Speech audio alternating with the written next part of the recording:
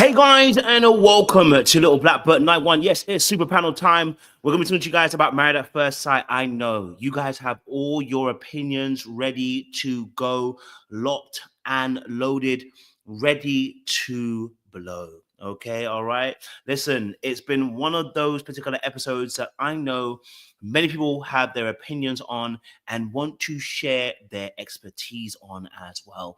Yes, today we also got to see not only Ikechi and Imem on a crazy situation where it seems like Ikechi is just hell-bent on trying to dismantle Imem, seemingly, okay? But we also had Juan and KARLA, and, Juan made sure that KARLA was on point, okay? He said, listen, KARLA, we're going to make sure you're a superstar. We're going to make sure you're great. He showed her around the palace of his workplace, and he hoped that she would be inspired to run her own business as well. So, there was that happening. Then there was also David and Michelle. And you can tell David's at the end of his tether, okay? He is at the end of his tether. That man, he's ready to cheat, okay? All right? And he's ready to cheat well, okay? At this point in time, the brother is tired of Michelle, okay? She got there and said, you couldn't even make an effort. I don't know what I'm making an effort for because you don't even like man. So what do you want me to do? First anniversary, you want me to turn up looking all sexy and nice. You don't want me to even be there. Then there's also, we had Cam and Thomas. Now, she made him do some suicides after he went all the way across state lines or something like that. I'm not sure he went somewhere. Okay, he told us he went somewhere to go and get a necklace. And he needed to take that morning off to go and get it because he couldn't get it where he was. Okay, so he had a valid excuse. So them suicides that he did, she needs to give him a refund and let him give him his time back, as they would say. Madison Allen, Madison's gonna let us know that she's trying. She really is putting some work in to try and make it work with Alan. Alan is full of compliments.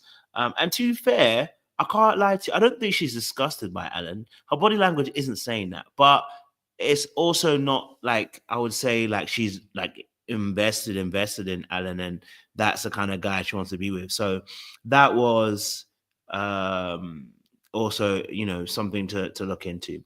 And then we also have, I think that's it. Yeah, that's it. That's what we got, the couples. Yeah, that's what we've got so far. So we're going to jump right into this because there's a lot to break down in the next few hours for you guys as well. We're going to try and keep it to 2, but when we're here, it could be 3. You know what I'm saying to you? So just be aware of that, okay? But I've got some lovely people behind the scenes who are ready to chop up the show with us today. Look, I am ready for their warfare. I'm sure they have a lot of different opinions on today as well. So let me bring my esteemed guests onto the show. But before I do, I want to say again, prayers to anybody who is in LA as well. We are watching from the other side of the world, and we are seeing a lot of destruction happening, and it seems to be growing as well. So just anybody who's there, please be safe. And I pray that the Lord will cover you and deliver you to safe land and safe ground as well. So I want to pray really quickly. Father, we thank you in the name of Jesus. We just want to pray, cover your people, your children, your daughters and your sons, Lord, and just deliver them to a place of safety. Father, I pray that, Lord, that as it's a time of destruction and confusion and disarray, Father, we just pray that, Lord, that you will be steady, and I pray that, Lord, that you'll provide comfort in this time. The Bible says that your Holy Spirit is a comfort, and we just want to pray that your children, Lord Almighty God, will be able to rely on you, look upon you, and be covered by your hand. In the name of Jesus, we pray. Amen. All right, cool. So we're going to get into the show because let me tell you this now. It's a little bit tasty. All right, listen. Okay. Yes, he normally is. Shout out to Alan, who's in the chat as well, because he's also an avid watcher. I actually appreciate him. He comments as well. So shout out to him on the show. And I can't wait for him to kick that door down in the kitchen. That's what I can't wait for. Okay. To show about that little aggression that he needs to show. All right, cool. So I got my fabulous people behind the scenes. I'm going to bring them on today. First and foremost, you know who he is, okay? A contrarian, a man that speaks life into other men, a brother that defends the base no matter what. There could be a world war going on. And sorry about the pun, because things have been going through some things. So, but anything could be going on, and he gonna make sure that he is Optimus Prime in this thing. If there's somebody you need to defend a point that can't be defended, he is that man for the job, okay? He can win it all by himself. Shout out to the panel. Prime time, Andy. You know who he is. Eastern Bay. What's up, everybody? Autobots, we got to roll out tonight. Yesterday we was holding people accountable. Today, maybe not. We'll see how it goes. Love it, bro. Love it, bro. Love it. Thank you. All right, cool. Well, our next guest coming on to the panel, you know who she is, okay? All right. A sharpshooter. Okay, all right. Somebody who has the boxing gloves on, ready to go. Golden glove specialist, got the experience, knows how to hit him and knows how to dodge. Okay, this one here likes a little bit of warfare as well. And she has also said she has her sights ready on Eastern tonight. He gonna get a little bit of work tonight. She going straight to the body, she said. Okay, so he gonna get a couple hits tonight. I'm ready to introduce El Cid to the panel, baby. What you talking about, El Cid? Hey, gentlemen, I'm here to break up the boys club. I was keeping the ladies up off of y'all yesterday, but accountability, Easton, we usually on the same side. But tonight, you are in my scope, my brother. I'm sorry. You're gonna get it. We can have a nice, respectful banter. We'll go back and forth. Okay. Yeah, respectful is subjective, but I ain't gonna call you out your name. Just be aware of that. You looking beautiful tonight, El Cid. The heat is there, and you know what? Mr. El Cid said, "Get him." Okay. Tonight. Okay. So everybody can get it tonight. But thank you for having me. So I'll apologize from now for all the heat. Thank you. Well, he doesn't need my help defending. So listen, that's a defender right there, Easton. So you got it. Our next guest coming up to the panel, you know who he is. Yes. Listen, he always travels by a long distance, but the brother is always firmly behind the wheel. He knows how to tell a story. He knows how to inject humor into the situation. This is a brother that has a long-standing relationship with us. This is a brother also, too, who likes to give both sides and let us see at least there is another side to the story as well. Have you thought about this kind of brother? That's who he is. Welcome to the panel, Trey. What are you telling me, bro? Hey, I'm all about protecting peace, all about protecting our peace out here. But I'm always worried, so don't play with me. Don't play with me. I firmly hear you, Captain. Glad to see everybody. You ain't got to shake your head, L. We can go now. If you want to go, we can go. You ain't got to shake your head at me now. God bless you, my sister. Trey, behave. And as I said in the chat, like Colin Farrell said in SWAT, I got plenty. So if you'd like to be in the scope too, you can get it. You can. Just step up. That's all. Here's the target right here. Come on. Let me see that aim. Let me see how good it is. We're gonna find out. I love that. Our next panelist to the panel, you know who he is. Okay, all right. Because the one word that defines his particular pros, his particular position, his particular side, whack. You know who he is. A man of many opinions. Doesn't hold back. Straight, direct. Doesn't like to miss the target. Goes straight for the headshot. Head kills. Okay? This is one of my favorite people too. Whenever he blesses us on the panel, I appreciate him. Welcome to the stage. Unpopular opinion, Phil. Carnage. I am here for the carnage. Get him, El Cid. Get him. Oh, and if Alan, you in the chat, a brother would still like that fur bomber jacket. Please and thank you. I hear it. That jacket's cold. I ain't gonna lie to you. I hear it still. Thank you. I said, yeah, I hear that. Next person onto the stage. Y'all were asking for her. Okay. Now you know she's a busy woman right now. Okay. All right. She's out here working hard. All right. Not only in her career, but she is making waves on the TikTok stages. Okay. All right. When she shoots, she be scoring. She got that Steph Curry touch. Okay. She can shoot from anywhere and it gonna go in. Okay. Now you know her because there's only one way you can go in this life. And it is Seaway. Dun, dun, dun, dun, dun, dun. How we doing, Seaway? Hello, hello. How are you guys? I am good. I'm just making sure. Are you plugging stuff in safely? Because the last time you plugged some stuff in, we almost lost you. Oh, darling. yes. I am not doing that again. No, I'm good. Okay.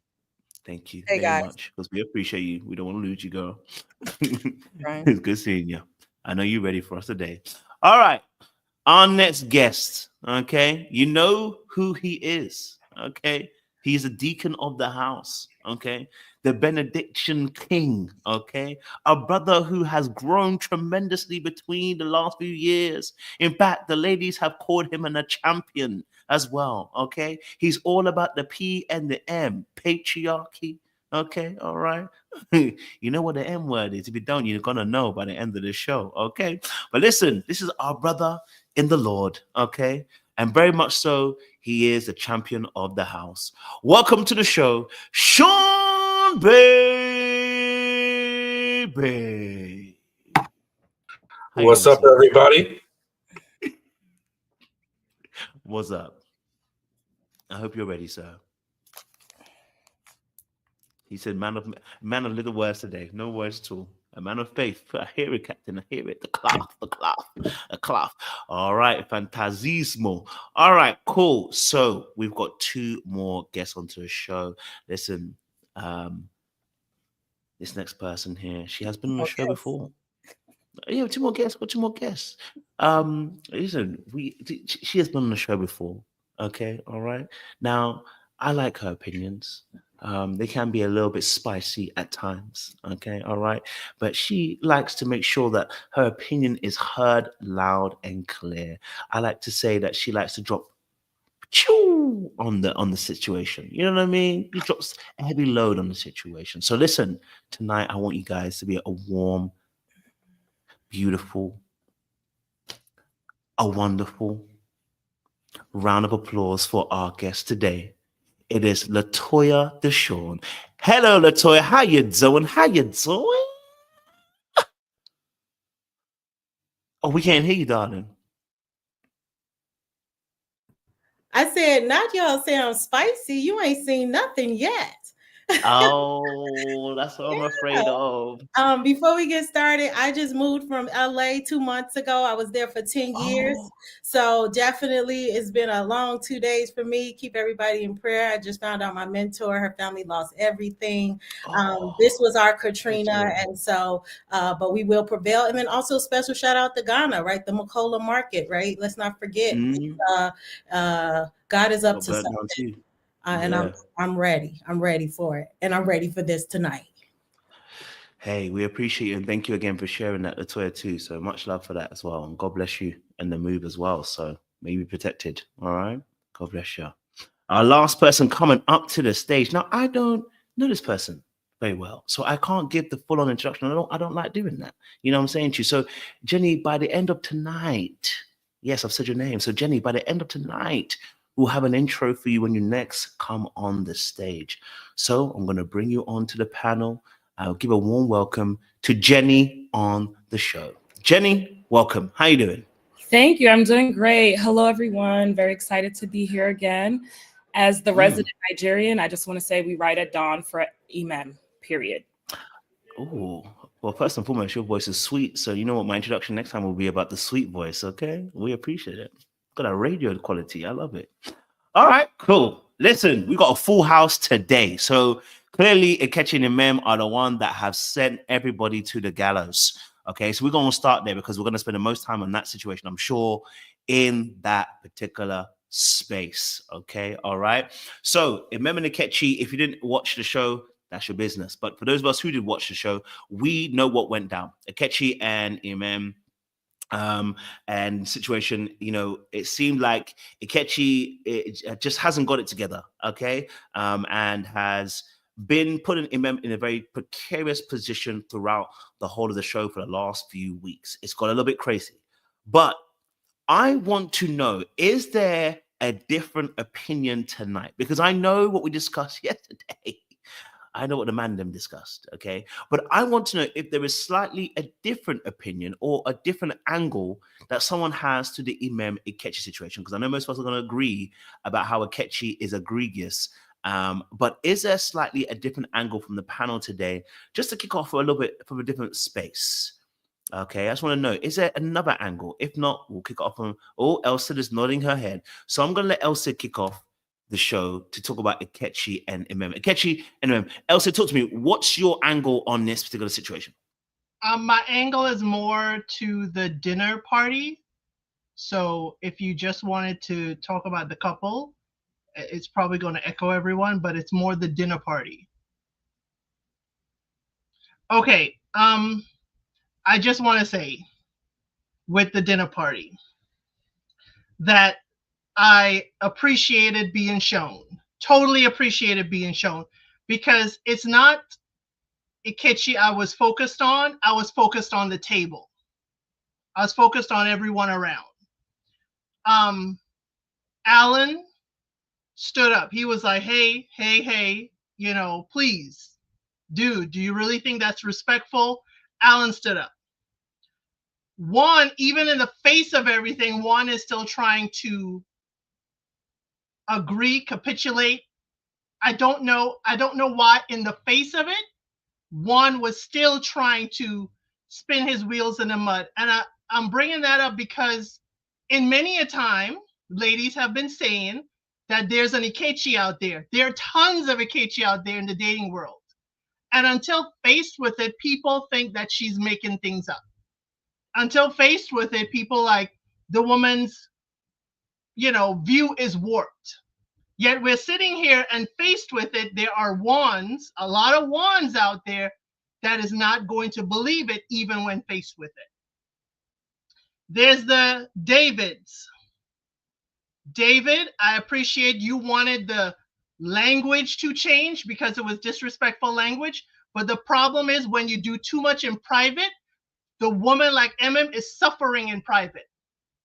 There's too much suffering in private. She needs this out here so that you men at the table can see what she's dealing with, and you men at the table can handle it for her. You don't have to get rowdy with him, but there's a way you men can check and talk to each other. Now, y'all know my favorite to put on the neck is Thomas. Thomas' silence echoed more for me than any other man at that table. All he said is like, hey, maybe there's, different perspective y'all not seeing. I don't need you to check Ikechi like harshly, but say something. And I'm going to give him 10% that production, cut it out. But the way his wife checked Ikechi told me that Thomas wasn't stepping up. And I'm highly disappointed in Thomas with that. Yes, I get on him for the whole cheating or whatever. But this moment, Thomas, you completely lost me. I don't care you drove in traffic to get a necklace for your wife. I don't care about that. This woman is in front of you being disrespected and hurting, and you are not stepping up to say something, not even words of comfort to her. Sorry, for me, silence is more deadly than anything else. So that's why I would be more hooked on Thomas. So that is my angle, and I think Ikechi came there, of course, for a moment. But the one thing is that what I appreciate is David knocked that moment off, because when Ikechi walked in, sucked the air out of the room. When David walked in, everybody was cheering. Everybody was cheering. And David wasn't even dressed up. So that tells you the tone of how the whole group even views the difference between Ikechi's presence and David's presence. But that is my angle with it. I was more for all the people at the table, what was going on while this was happening, who was supporting who was saying something. And I'm sorry, when the girls left and the men remained silent and they allowed Ikechi to keep them silent from saying anything, I was ready to light that table on fire. I was ready to light that table on fire. The men capitulated and I was very disappointed. I'm going to end there. That's a strong way. Easton said he's ready to go. You ready to go, Easton? I got some. And then, okay. I honestly think this point of view comes from a place of privilege in a sense, because typically when we are having discussions and when we see stuff, when we see whether it be violence, whether it be an argument, whether it would be things of or moments of heatedness, a lot of times, especially with men, we always know in the back of our mind it could lead to some level of violence, some level of danger that's associated with it. Whereas maybe some of the conversations maybe with women are a little bit more diplomatic, a little bit more tame, if you will.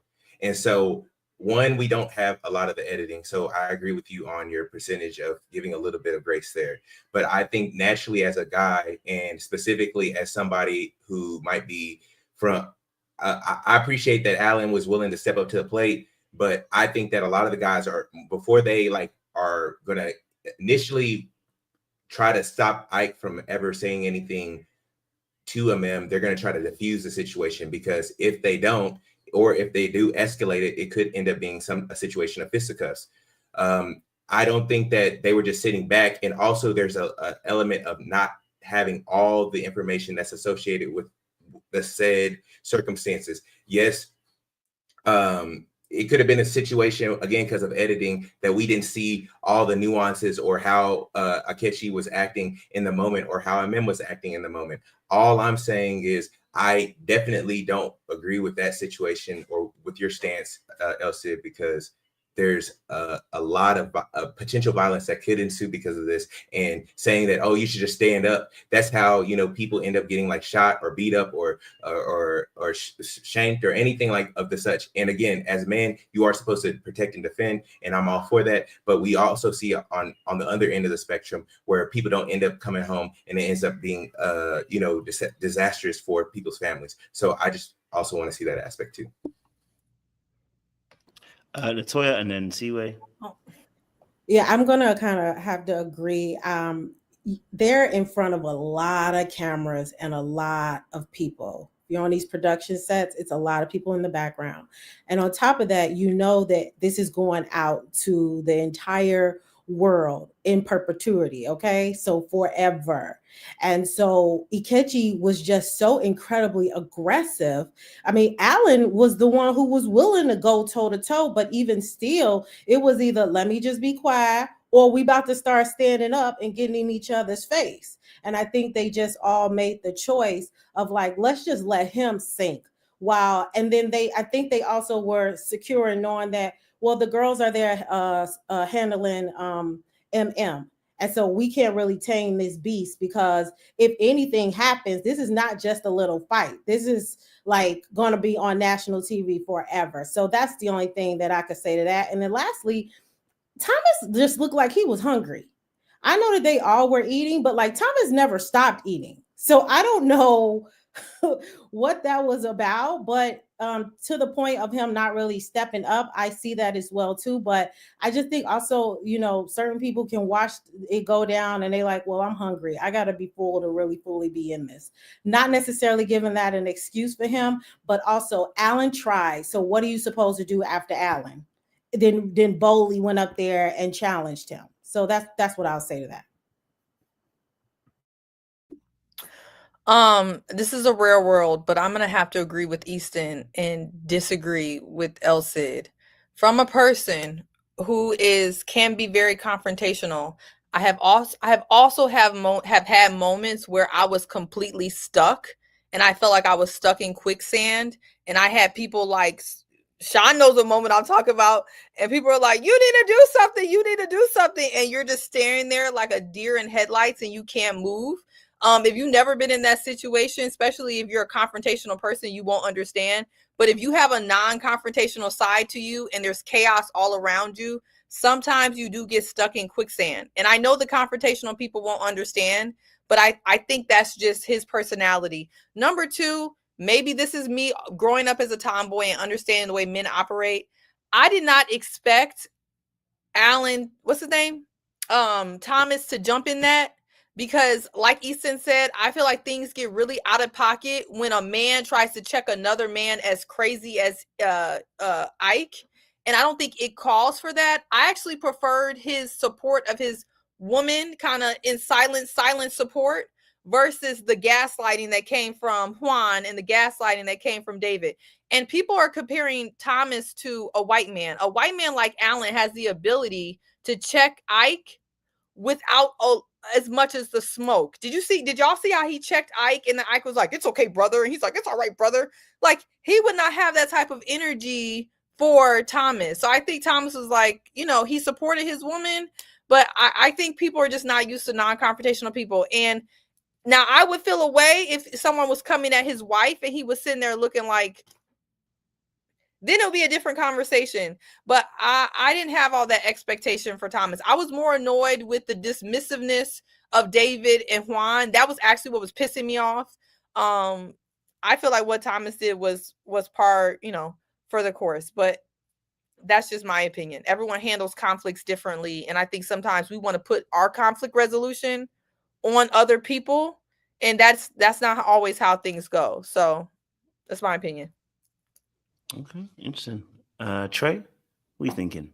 This is interesting. This is a very interesting conversation. Mm-hmm. Yeah, this is my problem, and actually, this is all of our problem with this. This is partial reason why it can be problems when you have context in a situation. We the audience are quote unquote watching everything, right?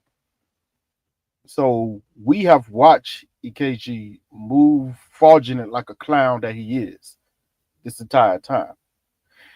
From the man's standpoint of this panel, they're all cool with him for the most part. Most of them look, if you notice, and I think I don't know if Eminem should have did this or shouldn't have did this, but she should be praised for this. I think she kept the issues that she was having with Ikechi away from the other ladies. Because when she started talking openly about what was going on, most of them looked very surprised. And of course, they were ready to jump right in and support her. At least 2 of them were. 3 of them were. The 2 white girls that nobody likes and CAMILLE. If you notice, KARLA stayed her behind over on the side of the table. And KARLA was trying to diffuse the situation just as much as Juan and David was. If you listen to how she was talking to her, she was still in support, but she was just trying to diffuse it as well, just like them. So if you're going to give those men smoke, you can look to the other side over there. She was doing the same thing. She was doing the exact same thing. She was trying to diffuse the situation. She didn't speak up and try to talk down at Ikechi either. But she did get up, go to MM. Hey, let's go. She was the one that got up and say, hey, let's go check on MM. She was the one that got up first. Then the rest of them. But what I found interesting about all this, why the men didn't speak up, Alan was kind of on one. And it was half surprising to me. I'm like, why is he speaking out? This is interesting. Then again, I was like, I don't think no one knows the full context of what's going on either. All they know is he didn't show up. MM is definitely bothered by it. What's going on? Because the first words out of the mouth was Alan would say, hey, got a problem with being late? What's up with you? And Ikechi was adversarial the moment he walked in. So we all knew something was up. And as the night went on and MM started to go off, that's when people started to go at Ikechi a little more. Now, should the men have, I don't know, been more forward with him? We can say perhaps, but I don't know what the other men have been talking about offline by themselves. I don't, because it was very telling when Juan and David, well, it was mainly Juan, we don't know the other side to this. There might be another side to this. I want to hear the other side. Okay, that's true in most statements because I like to hear both sides of most situations. I'm not going to go off of one side, but it does make me wonder exactly what are these people talking about offline? What are the men? Because the men, yeah, they were kind of, I wouldn't say on the KG side, but they were very quiet. They were very quiet, and they didn't want to get in the middle of it, and that was interesting. But they also didn't want any confrontation with it because listen, we're men. If you're gonna be ready to jump up, you better be ready. Hey, this could go someplace. It is what it is. I have to play that in my mind. You know, if it's especially if it is my homeboy, like if this is this something that I'd be willing to go to blows over because it could lead there. Have to play that out. You know, but it's just interesting we having these opinions on it. I'm like, we are speaking from a privileged place, what we think these people should do, because we're seeing everything, at least with what they're showing us. We're seeing everything. They are not. They are not. They are getting this right at the table. Oh, wait, something's going on. What's going on here? Sorry, L, it is what it is. You can't get mad at me if I don't know all the information. But you expect me to jump up at somebody? What are you talking about? Trey, No. I don't need you to know all, but a man just cursed at his wife in front of you. The least is David saying, change the language, please. That's the least. That's the least. And it was But that's said. me. But that's me. Again, that is me. I get it. He But cussing like a that was the sailor. thing. He don't have no room to talk. Okay, let's move on. Let's move it on. Thank you, Trey. I'm gonna move it on. I'm gonna get everyone's first opinions, and then we can get a little popcorn thing going on. Phil, talk to me. I appreciated Karla out of all the women. I was glad that she took out that situation and said, let's, regroup before you lose it. So I appreciated Karla the most out of the women and stuff like that. Now, I understand El Cid's point. Like, she just wanted to see, if I'm wrong, you can correct me, El Cid. I think she wanted to see all the men sort of like say, hey, she wanted all the men to say something. But as a man, I also understand Easton's point of view because it can turn into something. Too many cooks in the kitchen, it's going to go haywire. And then you don't know these men's temperament. Like, maybe Thomas may be the low-key killer. You don't know. Thomas may pop off. You start talking crazy to him. He may not be able to take some stuff. So since we don't know much, I'm glad she wasn't out there alone, but I understand as a man where Easton is coming from. Because, like, if I say something to a man, me knowing who I am, I'm confrontational. I'm with the smoke.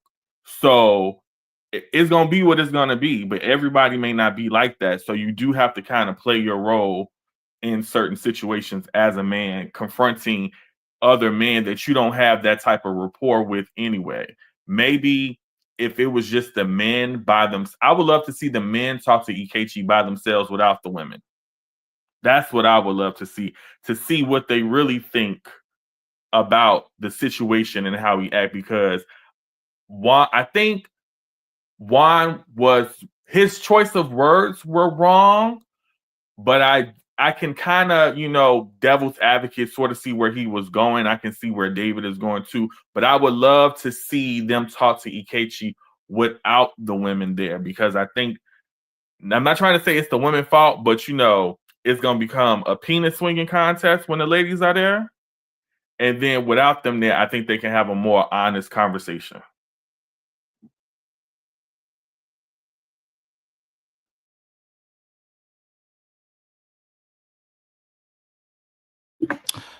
Go for it, Jenny.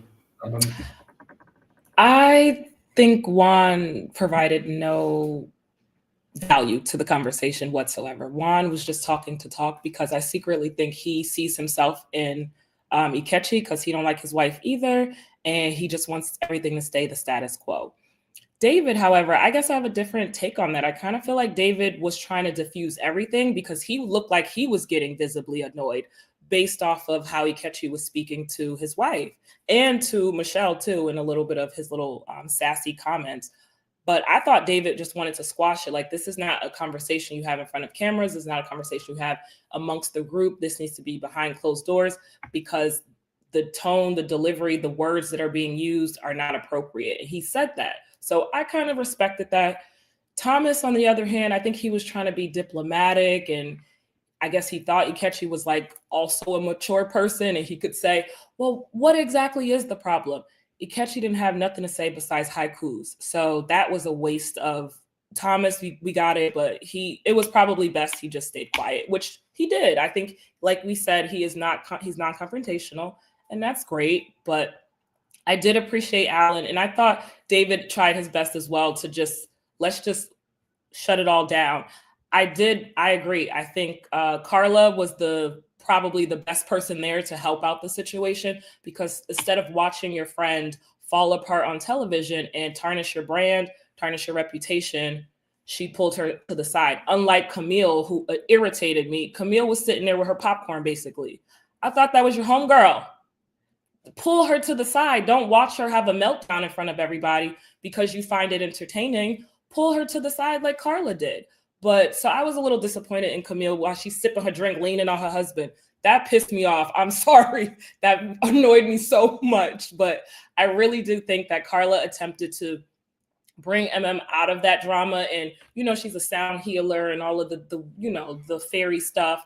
And when they went to the restroom, I really think she was able to calm her down. And the other side of it is Michelle and what's that other girl's name? The one married to Alan. Those two, they want the attention off of them. So I kind of feel like they were poking a little bit, trying to get the conversation going so we deflect from their own hot mess of a relationship. So that's my take on it. Strong, I love it.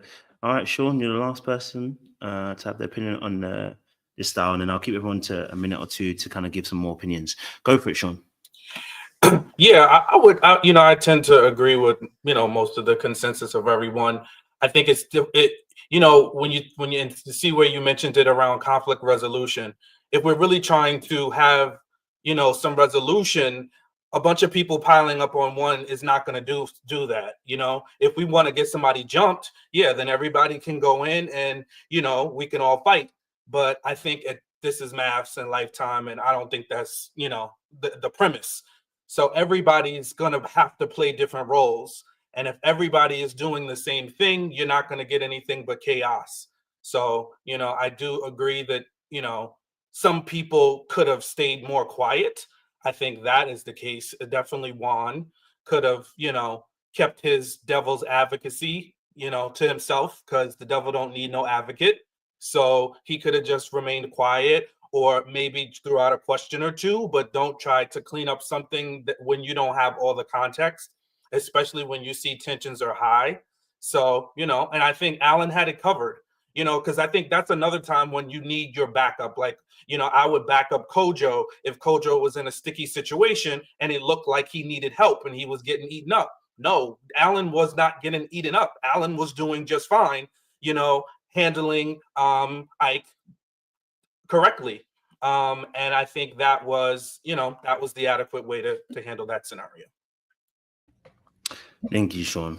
Before you go, Sue, I definitely listen. I think everyone's made some really great points. I think there's no perfect answer here. Even looking at Juan, I don't even have a problem with the way he did it, because I'll tell you why. Because it lacks information. We have a lot of insight because we actually get to see the background stuff that's happening. So as a guy who's in that situation, right, he's only seeing what he's able to see in terms of what's been presented to him. And depending on what Ikechi's probably been saying as well, what nonsense he's been saying to the guys in that perspective. So everyone reacts a little bit differently. And I say that because also what he would have witnessed also, like for instance, he said he had a Joker suit. I understand. She was angry in that moment because of all the things she's taken. But if you're watching it live, now you're going, oh, hold on a minute. Maybe Ikechi's got a bit of a point. Why she's vexed and everything she's talking about, but why you drop the Joker suit in there? Why do you have to drop that point? So your mind can go to different places. So because you don't have the perspective, but I ignored it because I knew exactly where Ikechi had dragged her to. So to be honest, I had no problem with that. But again, like I said, I think that everybody reacts in different ways, and when conflict does come, a lot of people who, and I love what Jay said, a lot of people who say who are about conflict ain't about conflict. So, and then the people that are not about conflict sometimes can be about conflict. So, just depends on the situation, depends on what you're triggered by as well. Because sometimes certain situations are trigger, and so you want to respond because you've been through something like that. So you're willing to respond, and other people might not be. So it's very difficult necessarily to judge that. But I did love the way that Alan handled it. I understood why Thomas was not going to intervene. Thomas is not the one, okay? We're not banking on Thomas to say anything. He ain't the one. David, I understood he was trying to keep the peace a little bit. He did look pissed off. I can't even lie to you. David looked like he was ready to rock, like to go hands. But we're trying to keep it cool in there as well. But I think David definitely, definitely handled it well. And I appreciate the fact that he was willing to go toe-to-toe with Ike. First and foremost for his lateness, and then second of all because of what he had said, which was disrespectful, saying that about his wife. I think he said something about shit or something like that, whatever he said. But yeah, let me pass it off. Okay, go for it, Siwe.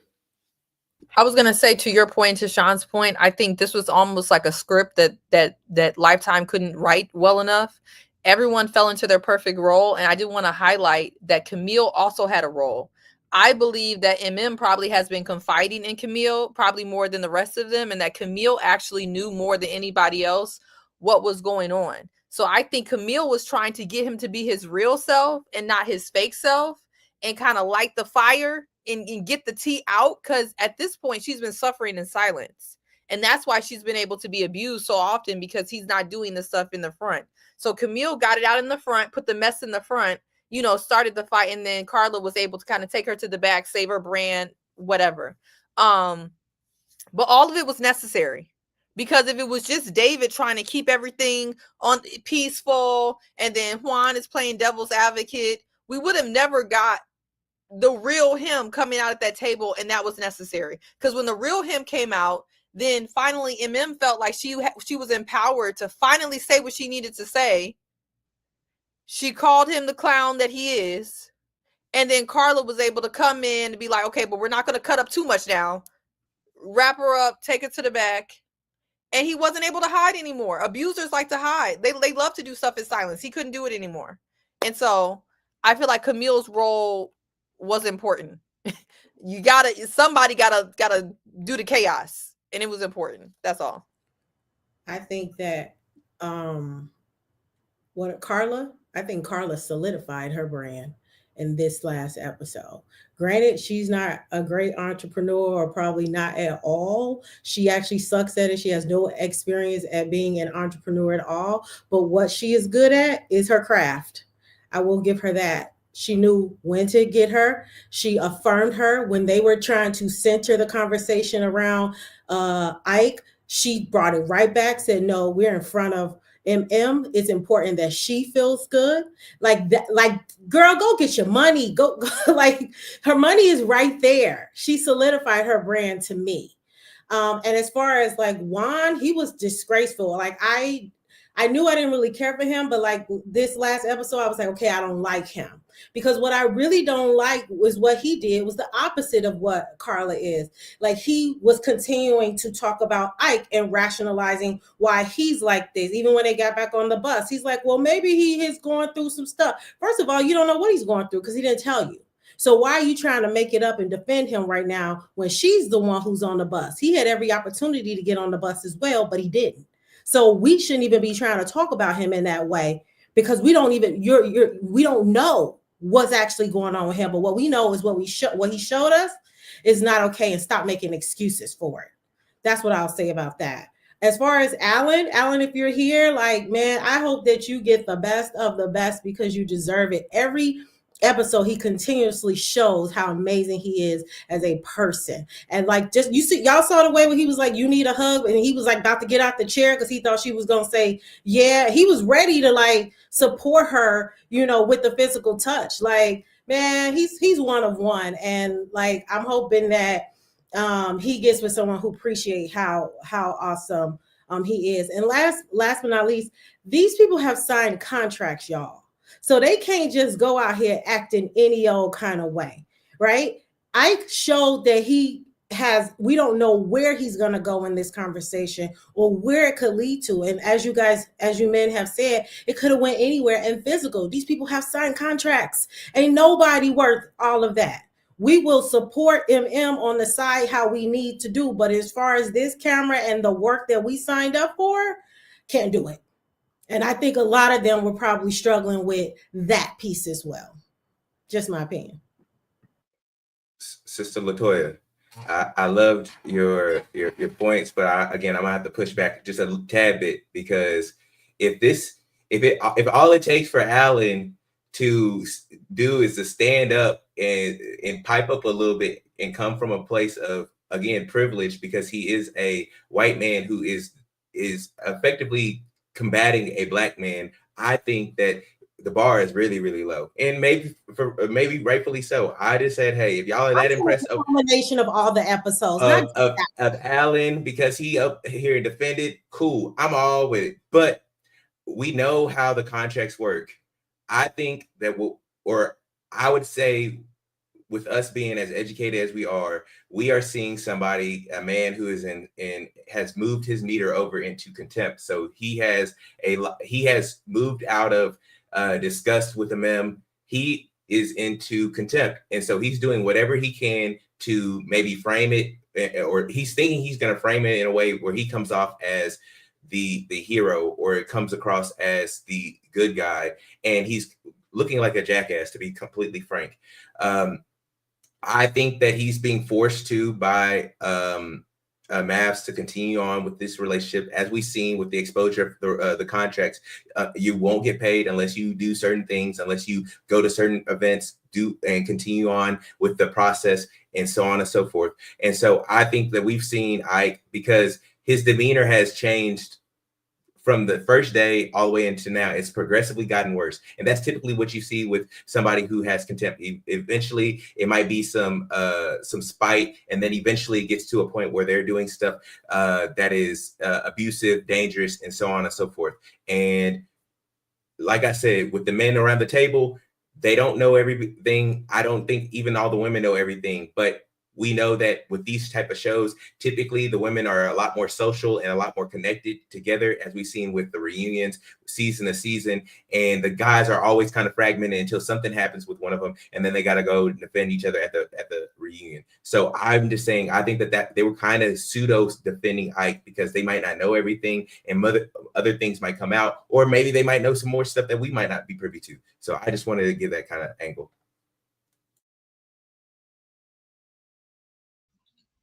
Easton. So are you telling me that Alan should not check Ike because of optics? What I think Alan should have done was, I'm sure he didn't know what was going on, assuming that, I think he could have. No. Easton, we're not going around the mulberry bush. He should. Well, in my opinion, he should have diffused the situation instead of trying to escalate it. If I was Alan, but again, he's not a brother. I know that if it was two brothers, it would have been a full-on brawl. But it was a white man and a black guy, and it was not. Alan was able to do that. You can't have it both ways. You cannot have it where Alan can't check Ike because of the optics, and yet when I'm telling Thomas to speak up, brother to brother, that he shouldn't. He's fine to be quiet. Cannot have it both ways. So I'm sorry, just the decency and everything. I'm not looking at a place of privilege and color. The privilege Alan had was that he was sitting the closest to Ike. He didn't have to yell it across the table. But what he did, he didn't yell it. He said, hey man, you're late. Hey man, don't disrespect for your wife. I'm sorry. There's no way you can say that a gentleman is standing up for this lady sitting here, yet he should be quiet because of optics, because he ain't the right color. I'm sorry. I'm sorry. I cannot accept that. Did I say I respect your opinion? I respect your opinion, and you having it. But that whole optics, I'm sorry. You can miss me with that one. That's fair. I did never say that Alan should be quiet. I'm just saying that most times when we don't up and go in defense mode or attack mode or anything like that is because we're not privy to all the information. And two, we are much rather try to diffuse the situation than we are trying to escalate it.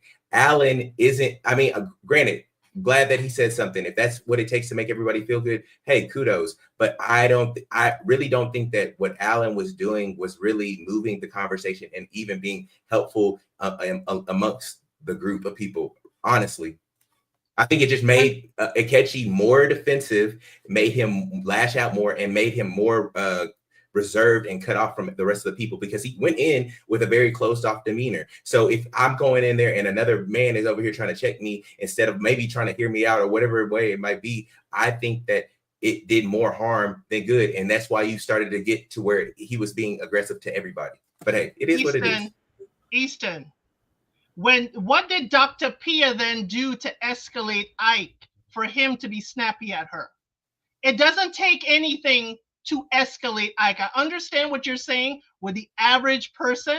With the average person, yes, it may rub them the wrong way, but Ike don't need no help escalating.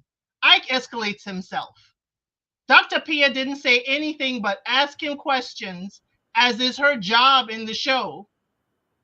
But I'm like, Ike needs help escalating? No. Ike escalates himself.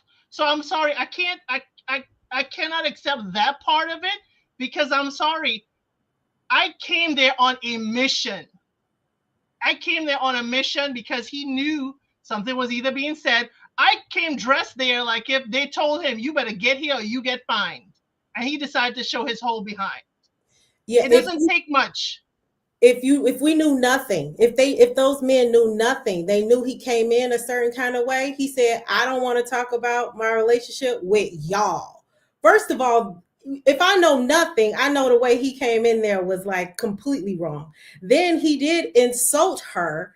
And then that's when Alan was like, and that's what Alan said. He said, isn't that kind of insulting? Oh, he was like, when I'm here to support y'all, I have nothing to celebrate. Alan was like, don't you think that's insulting? Even if we knew nothing, the way he came in, he deserved to be checked, and that situation deserved to be recalibrated because nobody should have their night ruined because he wants to act like a baby at the table.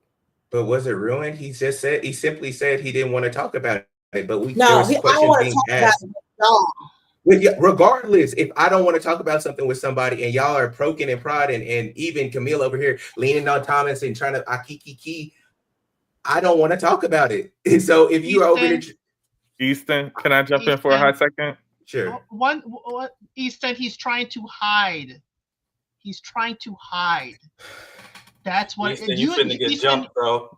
You're putting it on the average person what they would think and do. He is trying to hide and cover up what she is saying. So he's putting on a mask for these people that is being dragged off. So I appreciate, Easton, that you're trying to bring some sensibility, but you're bringing sensibility to a man who is not bringing sense to the table. I'm sorry, Phil. I'm sorry for cutting you off. Oh, no. You're fine. I think I came in there on a mission. I came in there to be dramatic. He showed up late. He showed up with his clown suit on. That was his purpose, to show up, and he wanted the attention on him. Don't tell me that you looked at this show and you tried out for this show multiple times and you didn't know at this table here and now we are going to talk about all of our relationship issues with each other. I don't care what you want to talk about. You've seen this show before, so you know exactly what we are about to do. So all that, I don't want to talk about it with y'all. Well, dude, why you came? You shouldn't have come. So that, to me, Easton, that's a little bit of a cop-out. Dog, you know why we here. We here to make a scene. We here to talk about our relationships amongst each other. That's exactly what we about to do. Sorry. But to Easton's point, Easton, I understand what you're saying. I think Easton is trying to say was that I wasn't going to give all the smoke to the white dude that he was going to give to the black dude. Bingo.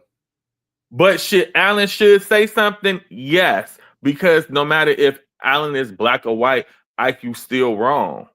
So it's like, I can't even get behind you as a brother because you disrespecting a sister. Even if you don't like her, you don't have to disrespect her, and especially disrespecting. If we gonna be real black, if Camille wants to see the hood side of us, why are you embarrassing this sister in front of these white people? Why are you doing that? Why you got to take it there? That's the problem I have when I'm watching these shows. Like, I'm kind of new to this realm of reality TV show dating. Like, why do we as black men always gotta be disrespecting the black women the most? I mean, good gracious, Chris with Paige. What's her name? AD and Homeboy from Love is Blind. Now you saying she aggressive, you calling her an a-hole in front of all these people? We have, as black men, I know ain't none of us perfect, because I think Sean had made that in his benediction last night that I loved. We've all made mistakes in relationships, and we all have not always been respectful, even me. But at some point, why do we as the black man always gotta be the villain? I do not want us to always be the villain. And we always he going hard in the paint on her. She a predator. She a a-hole. Dog, you doing too much if you just don't like her. We have got to stop. The one thing I learned from 2024 is that black women have been right this whole time, yo. We've been gaslighting them when they say black men are like, don't treat them right. They are correct. Seaway and them been right all the time. When they've been calling out, when they say black women have to work just as hard to get half as much, we just saw that with the presidential election. Yo, Ike did not have to do that, yo. He's doing way too much, yo. He needs to chill. He needs to be checked. But if we don't want it to escalate, it should be somebody like Allen. It shouldn't be somebody like David. It should definitely be somebody like Allen with a more calmer disposition. But for my little sermon for the night is, I just don't want to see black men on these dating shows, especially in front of these white people, acting a fool on sisters no more. Like, you ain't gotta like them, but dog, don't be disrespectful. Okay, that's it for me. Wow, that was take a trip down Tyler Perry Lane at the end, Phil. Phil said a word, and I'm glad that he acknowledged, because there's not a single black woman on this panel that, although we call black men sassy and disrespectful and this and that, we're not saying it because we get joy out of it. I don't call these black men sassy because I get joy out of it. I really don't. I know that may be hard to believe. I really don't. If I could wake up tomorrow and rid all black men of the sassiness, I would. If I could not call a black man a red pill bussy popper again, I wouldn't. I really wouldn't. I wouldn't. I get no joy. No joy. I just have to call it how I see it. Unfortunately, to Phil's point, they can always count on black men to be the circus in the show. Black people in general are used to being entertainers. I think we're entertaining people by nature. So like, we lean into that. They're always going to find us for the shows because we're entertaining. But it seems that the black men always sign up to be the super clown, the super villain. And I don't know. I don't know how to fix that, Phil. I don't know, because I think the disrespect of black women is so innate in our culture. It's so a part of our culture. Maths and Married at First Sight and Love is Blind, they're just capturing what's already in our culture. So, I mean, I can't blame them for capturing it. There's so many Ikes in real life. Every woman on this panel either is dealing with an Ike, just dealt with the Ike, or has a best friend that she had to get rid of. Had to get away from an Ike. My best friend literally just got away from an Ike. I barely talked to her for 2 years because this man was an Ike. You know what I mean? So it's disturbing, and I'm also it's really unfortunate that an MM is even in the same room as an Ike, because if she was a white woman, she would be acting like the one with David. She wouldn't even be entertaining someone on Ike's level. MM is making a lot of money. She's very successful. She's not even in Ike's tax bracket. And unfortunately, due to the limitations that Black women have, she's forced to even deal with this man. Like, we shouldn't even be dealing with these men that are out of our tax bracket. Because then you get this type of behavior. Rich people can do the same thing as a broke Ike could do. Like, oh, when have you seen a broke any man on maps carrying on like this? First of all, when do you see rich men on maps? Okay, that's my point.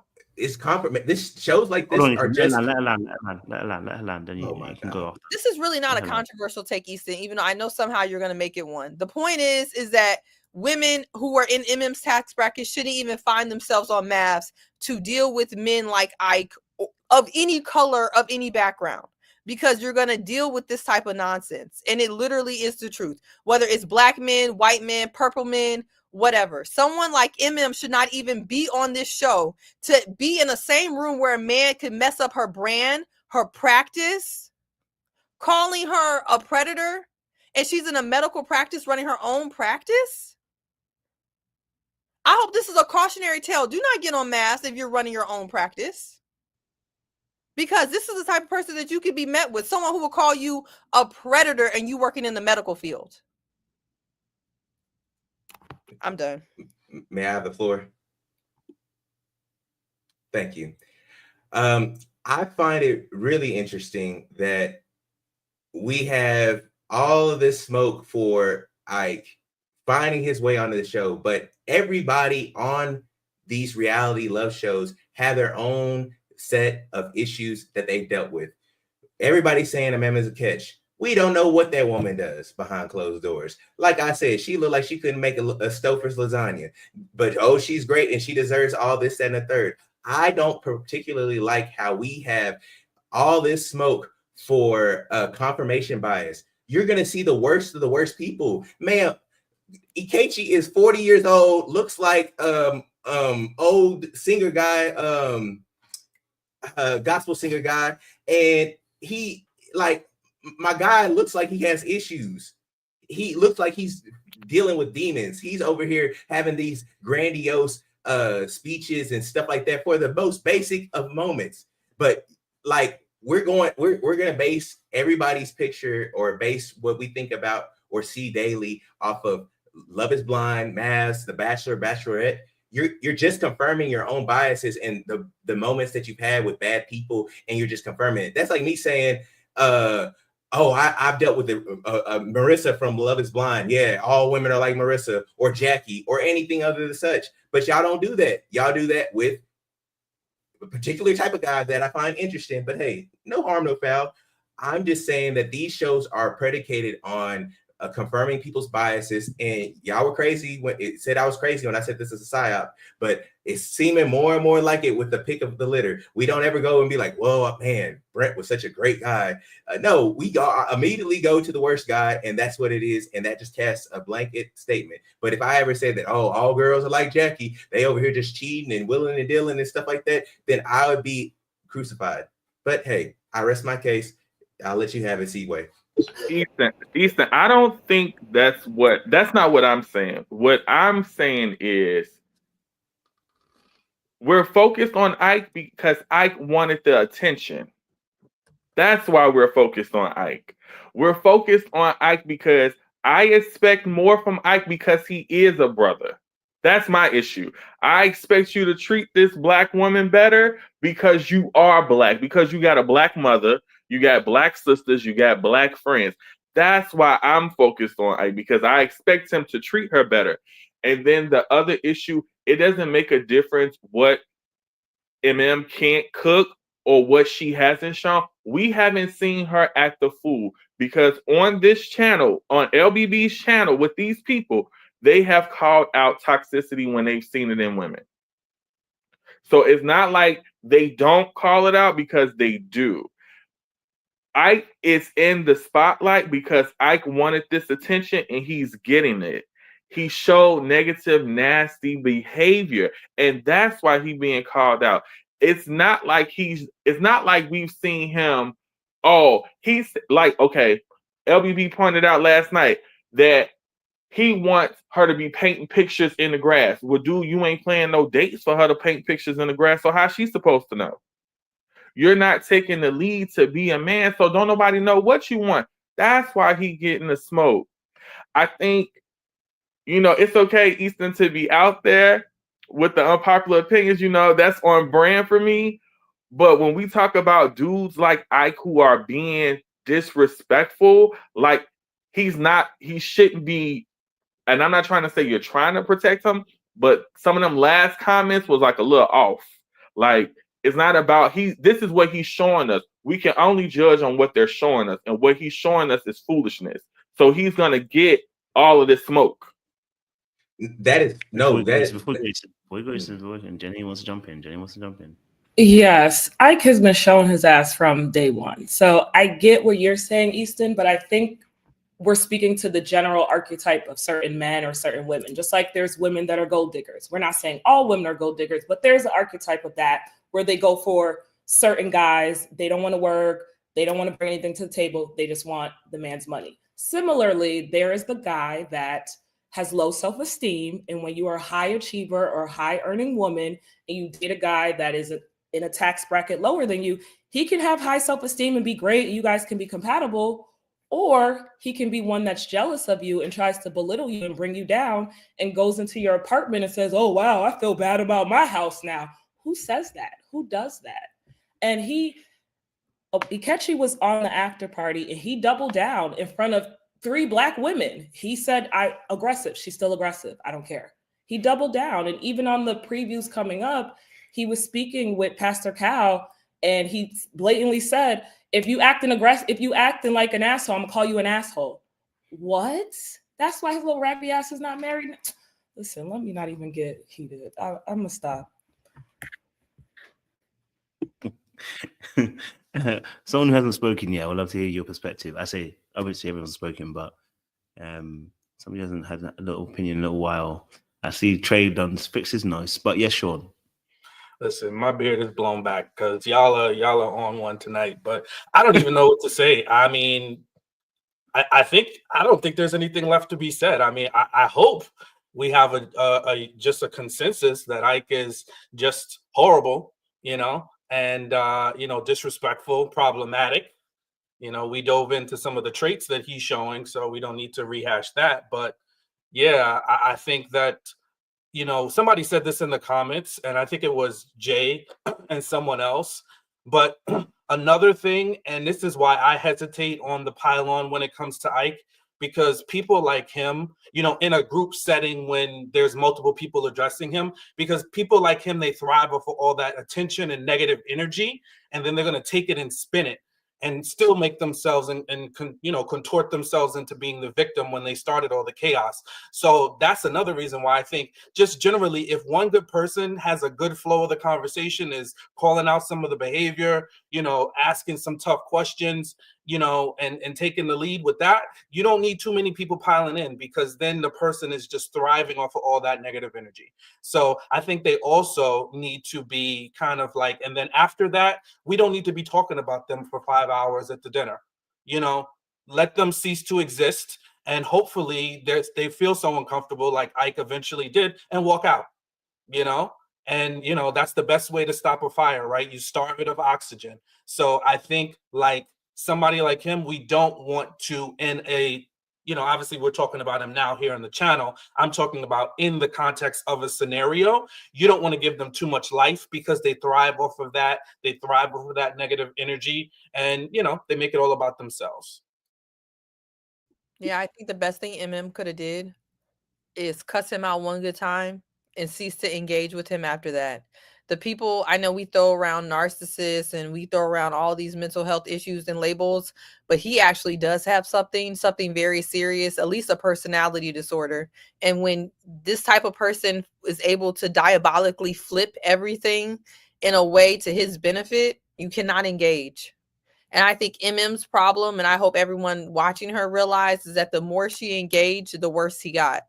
And that's just how things go. You cannot engage with somebody like him. So I think he has anger issues. He's one of those people that are just quiet anger, like a quiet rage. For him to just blow up randomly at different moments when MM is trying to explain or ask questions or further their relationship, he's so avoidant. He weaponizes that distance. And it's so unfortunate because, okay, MM blows up at the dinner, but this is someone who's been getting the cold shoulder and stonewalled for 2 days. So she can't even get her opinion out. She can't even express anything to then have, proper dialogue. He says he doesn't want to talk about it, but then he has time to talk to the producer. It just doesn't add up. He knows that if he speaks with MM, she's going to call him out on his bullshit. She's going to match his energy, and he can't handle it. And it's also frustrating that they spent time picking his behind when he chased the show down twice, and he's the first one on the show to call it quits.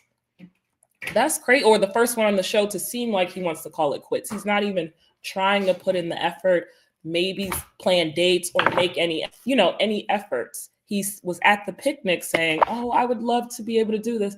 Well, plan something. Are you a leader? Ew.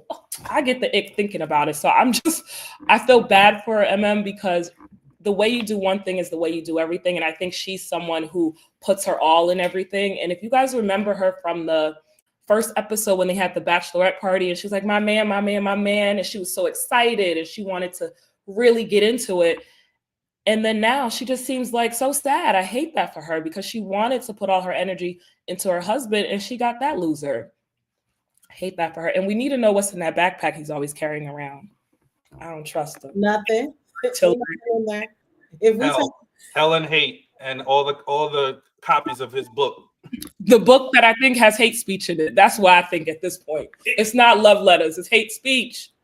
Well, what was he supposed to gain from this show? Like, if everything went his way, what was the goal? Because I'm not even seeing the master plot here. What did he want? Deep. It's not that deep. It's literally the fact that he just doesn't like the girl. And typically in situations like this, if you weren't under the guise of Mavs, you would be able to ghost them. You'd be able to, leave a snarky text message and then dip out. But in this case, you have to live and be around that person. You see it with, Michelle.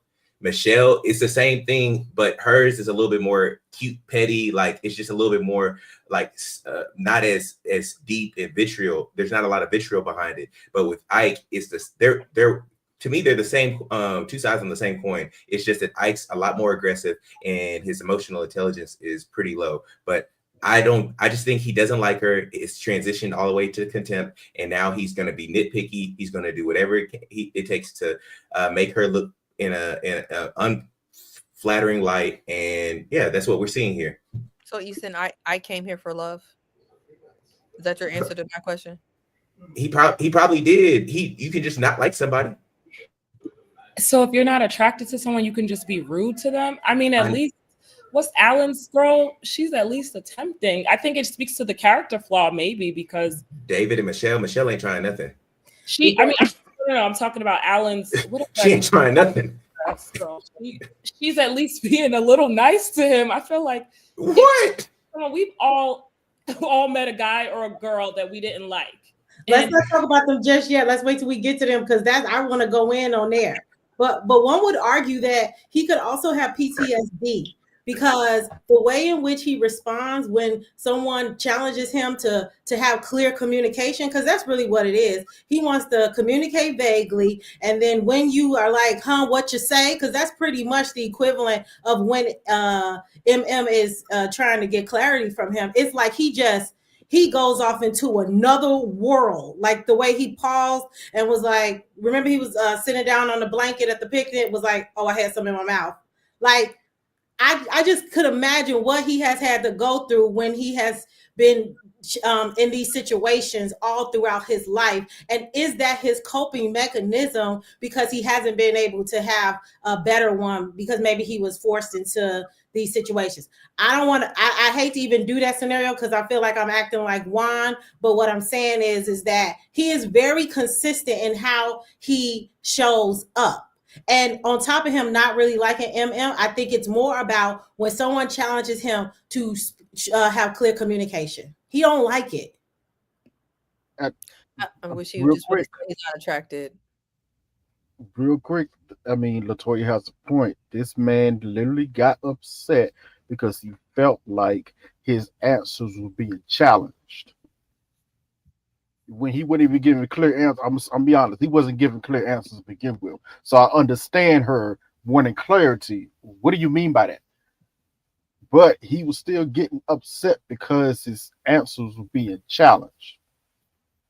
Like, I'm not gonna lie, I'm on the fence about that because when I sit back and thought about it, now if I answer your question, you ask me a question, I answer your question, and you steady turn around trying to get clarification like my answers wasn't good enough, I might have an issue too. But then again, I'm not answering the way Ike is. Like he's literally, running around the barrel, giving half answers to everything, parables and metaphors and stuff. Like, bro, answer the question. And the funny thing is, we can see what the answer is. You don't like this woman, which is fine. That is fine. Because I said this since this season started.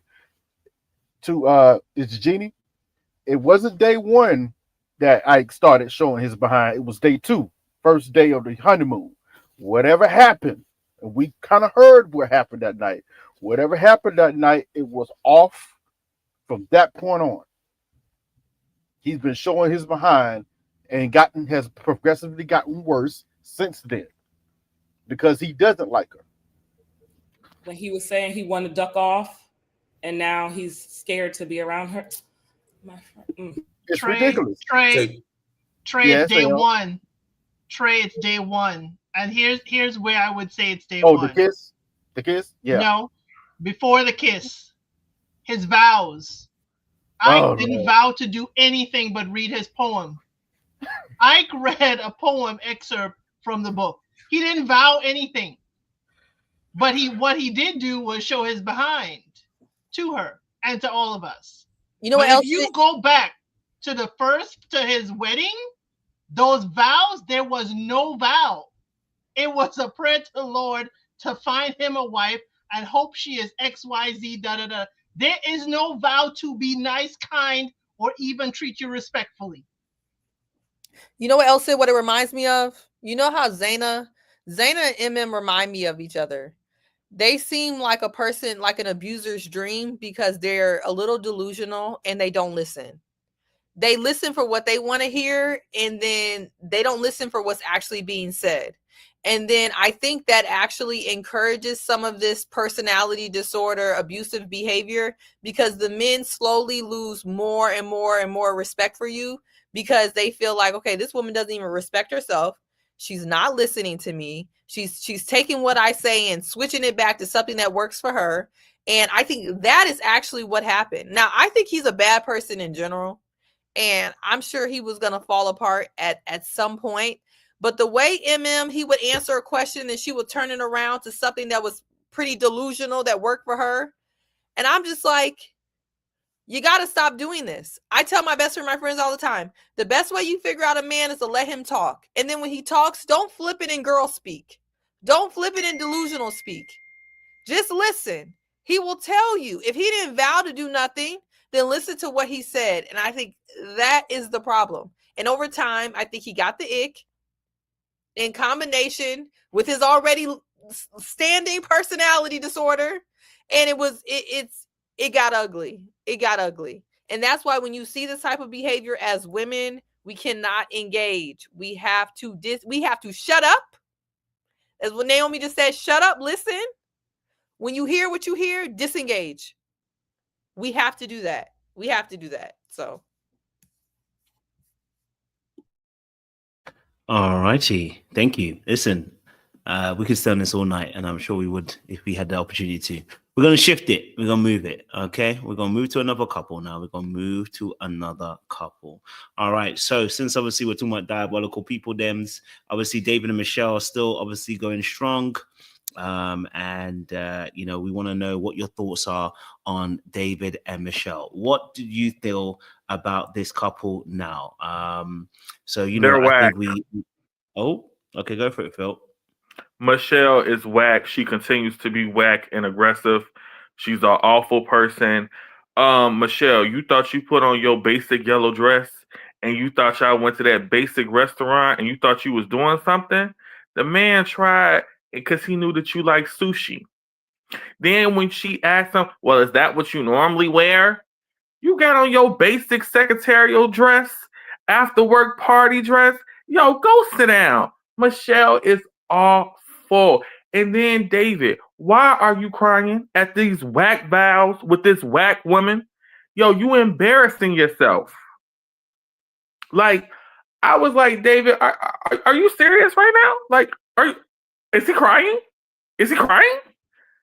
Dog, you played yourself like a fool. Michelle is another awful human being on this show who thinks that she's got too much dip on her chip, just like Ellie Mae Clampett, aka Madison. I can't wait till we get to her next, but Michelle is definitely super whack. And David, yo, you a whole clown trying to put up them fake tears. Yo,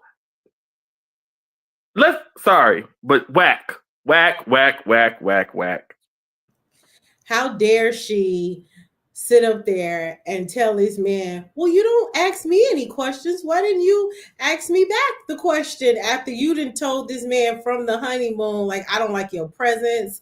Don't talk to me. Don't breathe the same air as me. Had this man sleeping at the pool, which I really hate that he did that. And I blame Mavs for allowing that man to sleep at the pool. Okay. But like, what is wrong with her?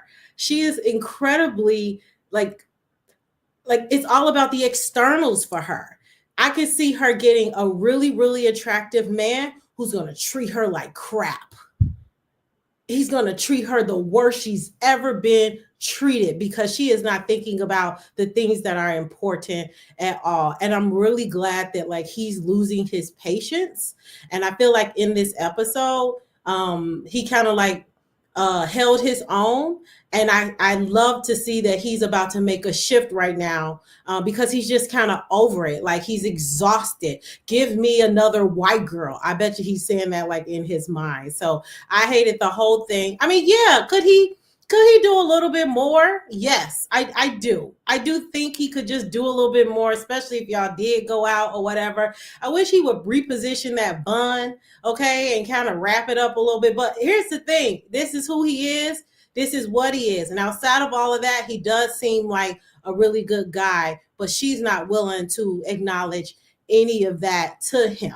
You'll find her saying it in a confessional, but she don't really say it to him. I can't wait till she gets her black king who's going to treat her like crap. Newsflash. Oh. Newsflash. Michelle and Ike are the same person, just in a different wrapping.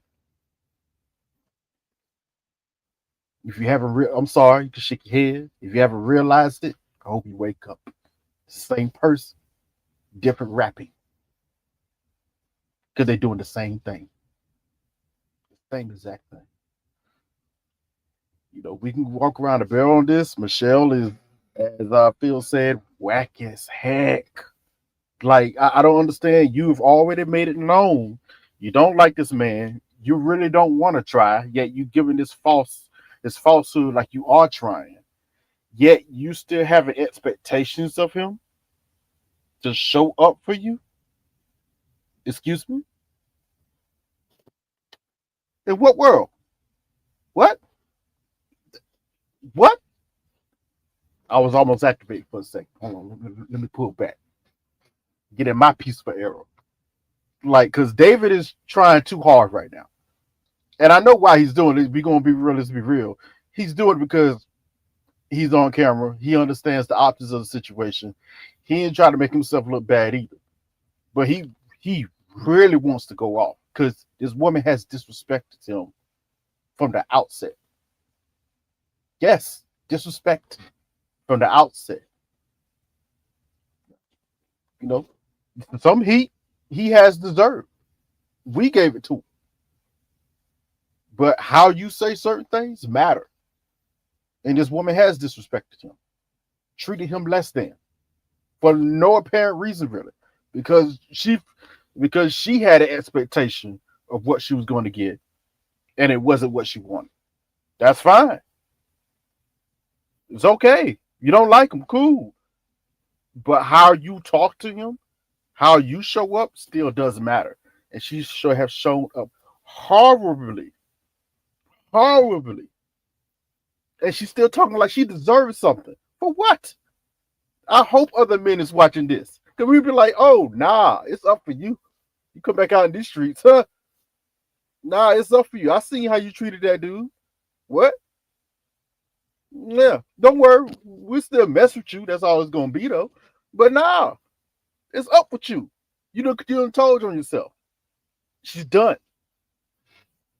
She's done. Cook the bird. I couldn't disagree more. I think the way you guys talk about Michelle creates Ike's. It creates the big shoulder lady. What's her name? Hannah. No, the big shoulder lady. Oh, Camille. She got big Madison.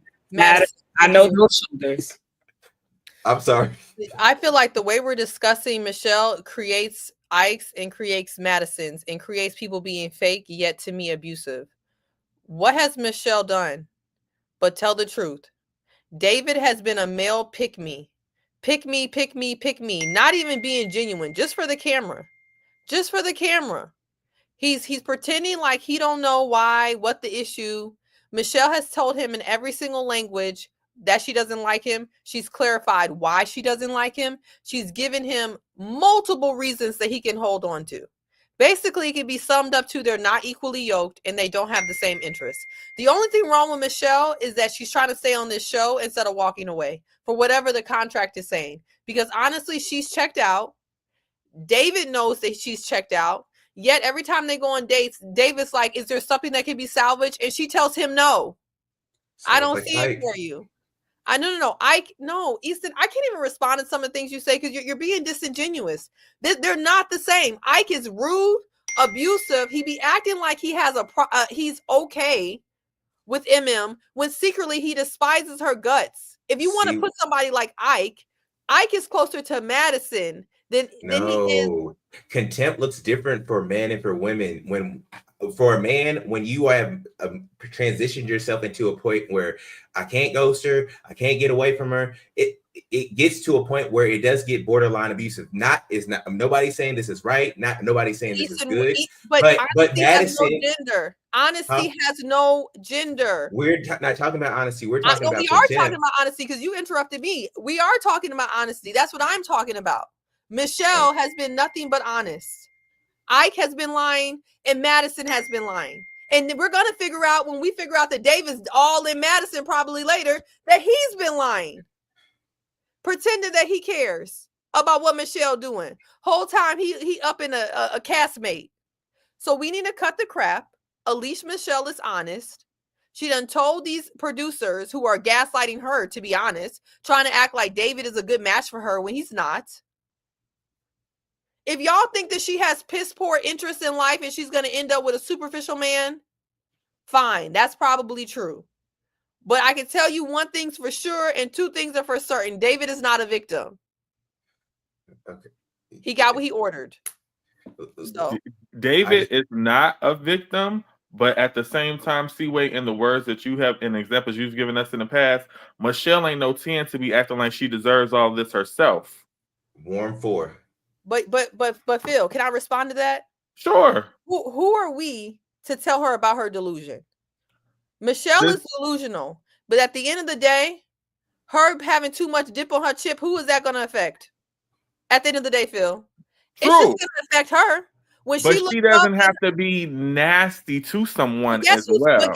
But Phil, guess who's telling her that she should have dip on her chip? Who? That's self-hating David. That's the white queen he ordered, right? Oh my God! And you know what? I'm gonna let you hold that, but still, still doesn't have to be nasty though. But she is being nasty. Into it. He is worshiping the ground that she walks on for no reason, only to be fake for the show. I don't think he's worshiping the ground. I think he's worshiping the ground because he's hoping to get lucky. Personally, I think he's trying to, slide in between. As we can see in his text message in the upcoming previews. With somebody else. So, you know, but even the way Michelle speaks of herself, she's so high and mighty. That where you live in Chicago, right? Yes, I do. That apartment was basic. That yellow dress was basic. Phil, her looks were basic. Her dress kind of ate, Phil. But Seaway. Keep it real. Keep it real, baby. Keep it real, Seaway. You is not about to make your grandma. You not about to wear your grandma yellow dress out to no anniversary dinner with your husband, yo. Let's talk about what we can agree on. Let's talk about what we can agree on. Your friend tap me in. Let's talk about what we can agree on. Michelle's not a good person. Check. Michelle is delusional. Check. Michelle has too much dip on her chip. Check. But as it relates to David, she ain't did nothing wrong. That man is delusional. Check. Fake. Check. Worshiping his white queen. Check. Know what he signed up for. Check. She done told him in 5 different languages, you ain't it, won't be it, never want to be it. If he wants to stick around and be boo-boo, you have to start thinking, why are you here? Why are you here? It's like the white man on that other show who was living in his mama's basement, all to find out that he had a villain origin story. I feel like a lot of times y'all are only looking for the low-hanging fruit. And what I'm saying is that Michelle is low-hanging fruit. Y'all need to peel behind the curtain. No, I do it. I'm bad. Wait. What's the other guy that lived in the basement? Who is that? The one that everybody thought was a victim as well. Come to find out. Oh, not the one with Hannah. Not Hannah, dude. Yeah. Oh. Seaway. You tapping now, Seaway. You we are holding the men accountable, and you're going to sit here and try to defend the foolishness on the opposite side. Y'all are not peeling behind the curtain. Let's dig deeper. Let's go further. Just because I say that the one person is fake does not mean the other person is a good person. I feel like that's where nuance comes in. I can say that David is fake without saying that Michelle is a good person. All I'm saying is these 2 people are in cahoots. They're both on that bull crap. So if y'all want to think David is a victim, that's wild to me. He's not. Anyway, I have a question. First of all, I don't think David is a victim. But do you think that, okay, if she don't like him, then why do you have to make a nasty comment about the way he's dressed? Why can't you sit up there and eat and enjoy the good sushi? Because that's all I'd be concerned with. But like, that's what we're trying to say is that like, we get it that she don't like him, but she still goes out of her way to be incredibly nasty to him when he does not do the same thing. That's what we're saying. So could you feel me on that? Sure. And I think in general, I think Michelle's an unpleasant person. But what I think is that I think David is moving different when the cameras are involved. David is curating this image. And that's why it looks like every single time they're on camera, he's confused why she doesn't like him, whatever. She seems to have a lot of disdain for him. And I think we're going to figure out why very soon.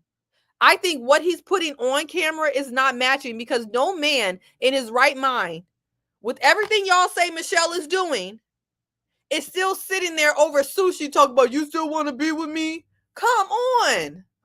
He's playing the game, and that's perfectly fine. Exactly. I'm not mad at that. But again, if we use the same logic that you had earlier, Michelle and Ike are two peas in the pod. I don't care what you want to say. Yes, he's fake.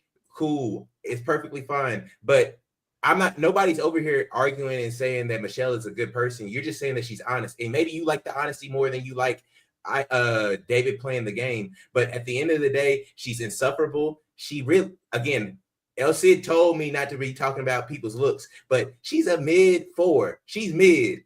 If we're going to call a spade, and she should, David mid too with that bun, but they both mid, so they can both make a 10. They both looks compatible to me. But she's the white queen that he ordered, so she's not mid to him. And he was the tall, dark, colored person that she wanted. So hey, they got what they wanted. They got the description wrong for him. She didn't But ask Dominican Poppy.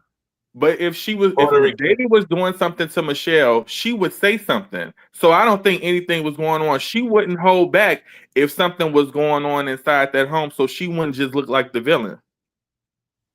We gonna see. Y'all just remember this live. It- I'm used to being the wrong one until I'm the right one. What I say on this channel all the time, I am not wrong. I'm just not right now. See, So That's you what I guys say can all the mark time. it. Now, see where you've been wrong a couple of times. I can't lie to you, but I mean, but I'm gonna let you have it. You're right. I've been wrong a few times, but it ain't often. So you can mark this one, and we can come back to it. It's cool. Okay, It Latoya, can then go- Elsid. Let's see, go for Oh, I Elsid. thought Latoya went. Yeah, I Okay, already said you my. ready? Yeah. Elsid, sorry, go for it. Here's my thing, Seaway, with the whole Michelle thing, and I understand where Trey is going with equating them. We all know David is trying to get a good edit. We all know could read Ike for filth at any time, and she's not. We know she'd rather not organize that picnic and even ask him a question or be in his presence, but guess what? We got to film. And when David was at the honeymoon, she felt smothered. Go sleep by the pool. Get out of my presence, out the room. Don't ask me any questions. Yet here we are at the anniversary. David, how come you're not asking me questions? David, how come you're not coming in closer and doing more? I mean, Michelle is. I think Michelle now knows the edit she's getting. She's calculating that she's getting a kind of Ike-ish edit because she has shown him the back of her hand several times, and she's trying now to be cordial. What she sees as camera cordial, and it's coming off as absolutely terrible. David ended her night when he showed up. She preferred to have the flowers. She was happy to go on the bus without him being around. And then he came. Everybody was happy to see him, but she was not. She definitely was not. But again, we don't have to be absolutely giving somebody the back of our hand just because we don't like them, don't like their living situations or whatever. We don't have to be nasty about it. There are several people in maths who went on to not even live in the same apartment and were just cordial throughout the season. It is just unnecessary to be this mean and awful. Whether you ordered the platter or not, it's not necessary to curse out the chef. I'm sorry. Sean and then Jenny, go for it, and then Trey after them. You said me. What the heck is going on? He's like, Oh, did I not say Sean? What did I say? Sean is Sorry, quick. I said Sean and Jenny. That's what I was saying. Sorry, apologies. The people are already saying I'm being mealy mouthed over here, so let me just add my little 2 cents. Well, listen, some might not like me because I'm actually gonna agree with my friend Seaway, because I definitely don't think, and if we missed where the genesis of this argument started from, it was saying Michelle is like Ike. She is not. Don't do that. Don't do that to my good white queen. She is not Ike. She is clear, transparent, and consistent with her annoyance. Okay, she does not like David. She is frustrated with David and all of the things that come with him and his life circumstances and situations. Okay, am I saying she's totally right? The basement is basementing, and I would not want that for somebody that I cared about. You know, a top knot, a top ponytail, whatever you want to call it for. Yeah. I think he needs to kind of grow up. He does seem to be a little, failure to launch. I'm sure he's a nice person. I'm not taking anything away from his character per se. I don't know enough. But on the surface, the brother got some growing up to do for a man that's tapping on the door 40. I absolutely agree with that. And any woman that I'm in close proximity to that is ready for marriage would not be clicking her heels and trying to, drive the Yellow Book Road home with David. I'm sorry. I don't know many women that are professional, that are wanting to, move up their station in life. So I'm sorry. I don't think, and this is where the nuance that, gets everybody, all riled up. I don't think she's treating him nicely. I do think she's nitpicking him. I do think that she's rude. I do think she's not the most self-reflective person on the planet. but I also don't think she's wrong for feeling the way she feels. I don't. And what we see a lot of times with the experts on the show is they want to push a narrative and they want people to stay together because they need that for the premise of the show. So she keeps getting pushed into a scenario with someone that is the exact opposite of what she wants in terms of, you know, the aesthetics, lifestyle, all of that stuff. Those are very hard things to unpack and deal with in an 8-week process with somebody you just met. So yeah, some of her reactions aren't good, and I get it. And I don't think she's, you know, handling it well. And I think that she should just do like some of the other ladies have done in the past and just move into the separate bedroom and go on about her life and leave him alone, you know, but keep pulling him in and making him give him a chance, or, you know, this veil of a chance that's really not happening, and then criticize him.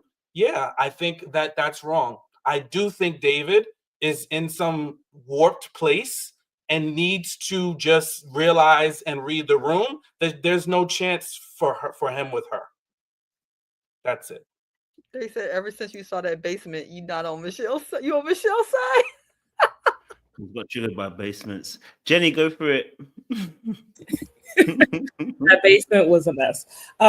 I would say I don't agree that Michelle and Ikechi are the same. I think they obviously both don't like their spouses, but Michelle isn't trying to defame her husband. Essentially, she doesn't like him. She says rude comments and all of that, but she's not taking it to the level where she's accusing him of some things that's jail time. That we could go to court for some of the things Ikechi has been accusing MM for. So I just don't think it's the same. I think they're both rude, but Ikechi's on a different level.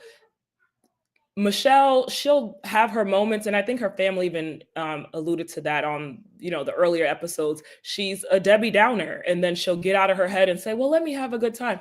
She literally came back from that sushi date and said, well, that was a mess, but I'm going to try to have fun now. Well, why didn't you try that when you walked into the sushi spot with that yellow eyeshadow? But anyway, I definitely feel like Michelle and David are not compatible. I agree, David is a pick-me, and he would absolutely still be with her if she were to have a change of heart and want to continue in the relationship. But at this point, David is just playing nice for camera. And we all know these people get paid per episode or how often they're on the show. So David will always show up, always ask questions, always look confused, make sure he's, you know, keeping calm because he's going to collect the check, just like he left his day job to come to that dinner because he wanted to get his check for that day as well. So I can't say that David is innocent, but at least he is being patient and respectful and trying to play nice and trying to have some type of relationship with his wife. Although we know that, you know, based off of some of the previews, he wants a different white blonde woman. So there's that. And Michelle, I think she's just there for the ride as well. She's there to be on TV at this point because she doesn't like her husband. She's not going to try to like him, but she just stays around. And I would say another difference is at least she sat next to David to look at the album. She's not entirely disgusted by him. She at least attempts to be around another person. And listen, this is an experiment. They don't like each other. We can see that. That's clear as day, but they're still at least putting in the effort. Granted, maybe it's not the best effort. It's not 100% effort, but it's something. I can't say any of that for Ikechi. He wouldn't even sit next to the woman to look at the album. Like, how childish is that? So the comparison, not really there.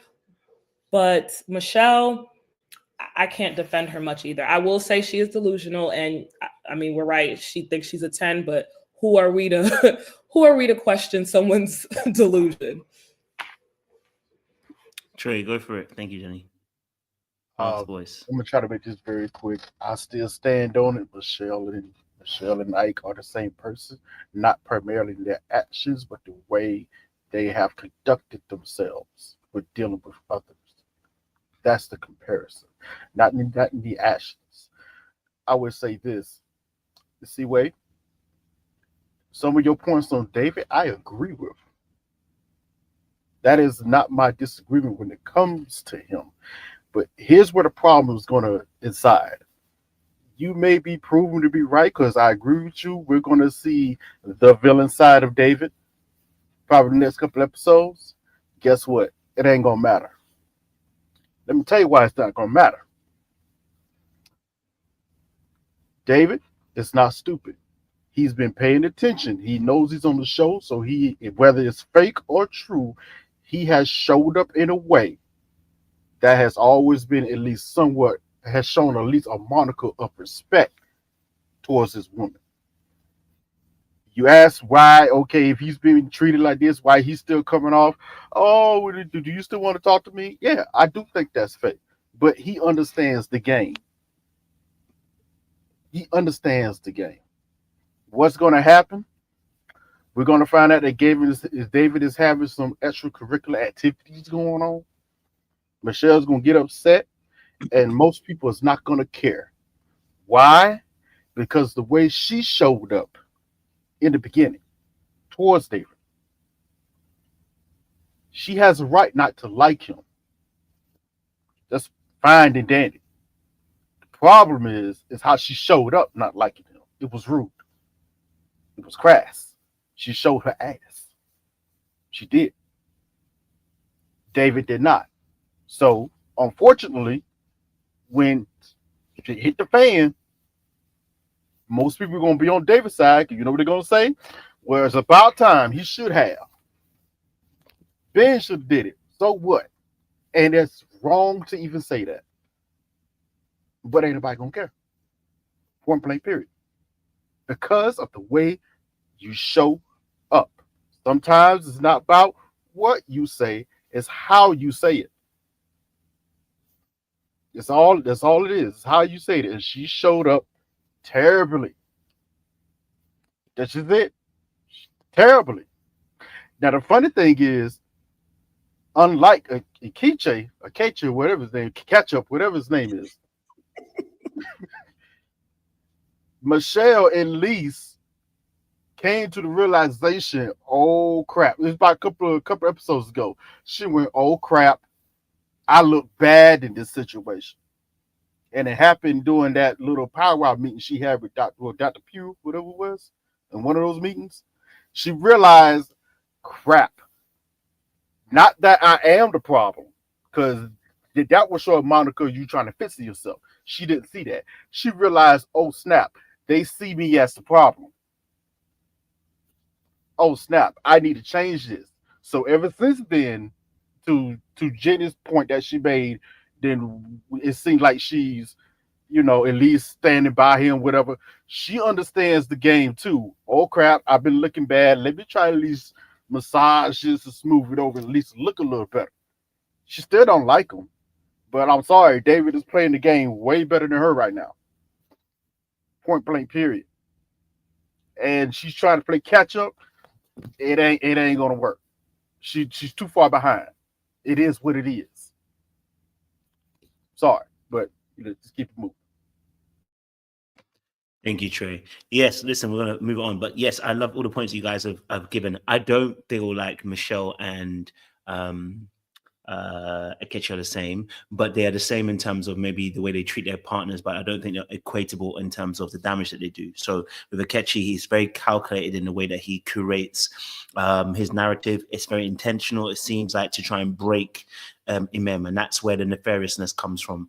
I don't think that's the same necessarily with Michelle. I don't think she's trying to break him, but the fact is she's mean and she's rude and she's inconsiderate and it's nasty behavior in terms of the way that she comes across with those little comments as well towards her partner in that respect. So I do feel that there is some similarities, but I would definitely put Ike well above Michelle just because of the nefariousness of the way that he goes about it. But yeah, I definitely think that, if David's playing a game, absolutely he should play the game. If someone's been that nasty and mean to you, what do you want him to do?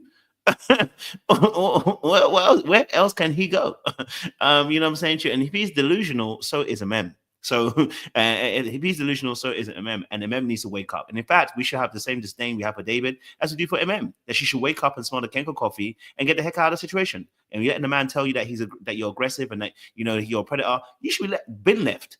but she's doing the exact same thing that David's doing. So there has to be the equal smoke in that regard, in that space, that they both could have got up and left, but they're both delusional.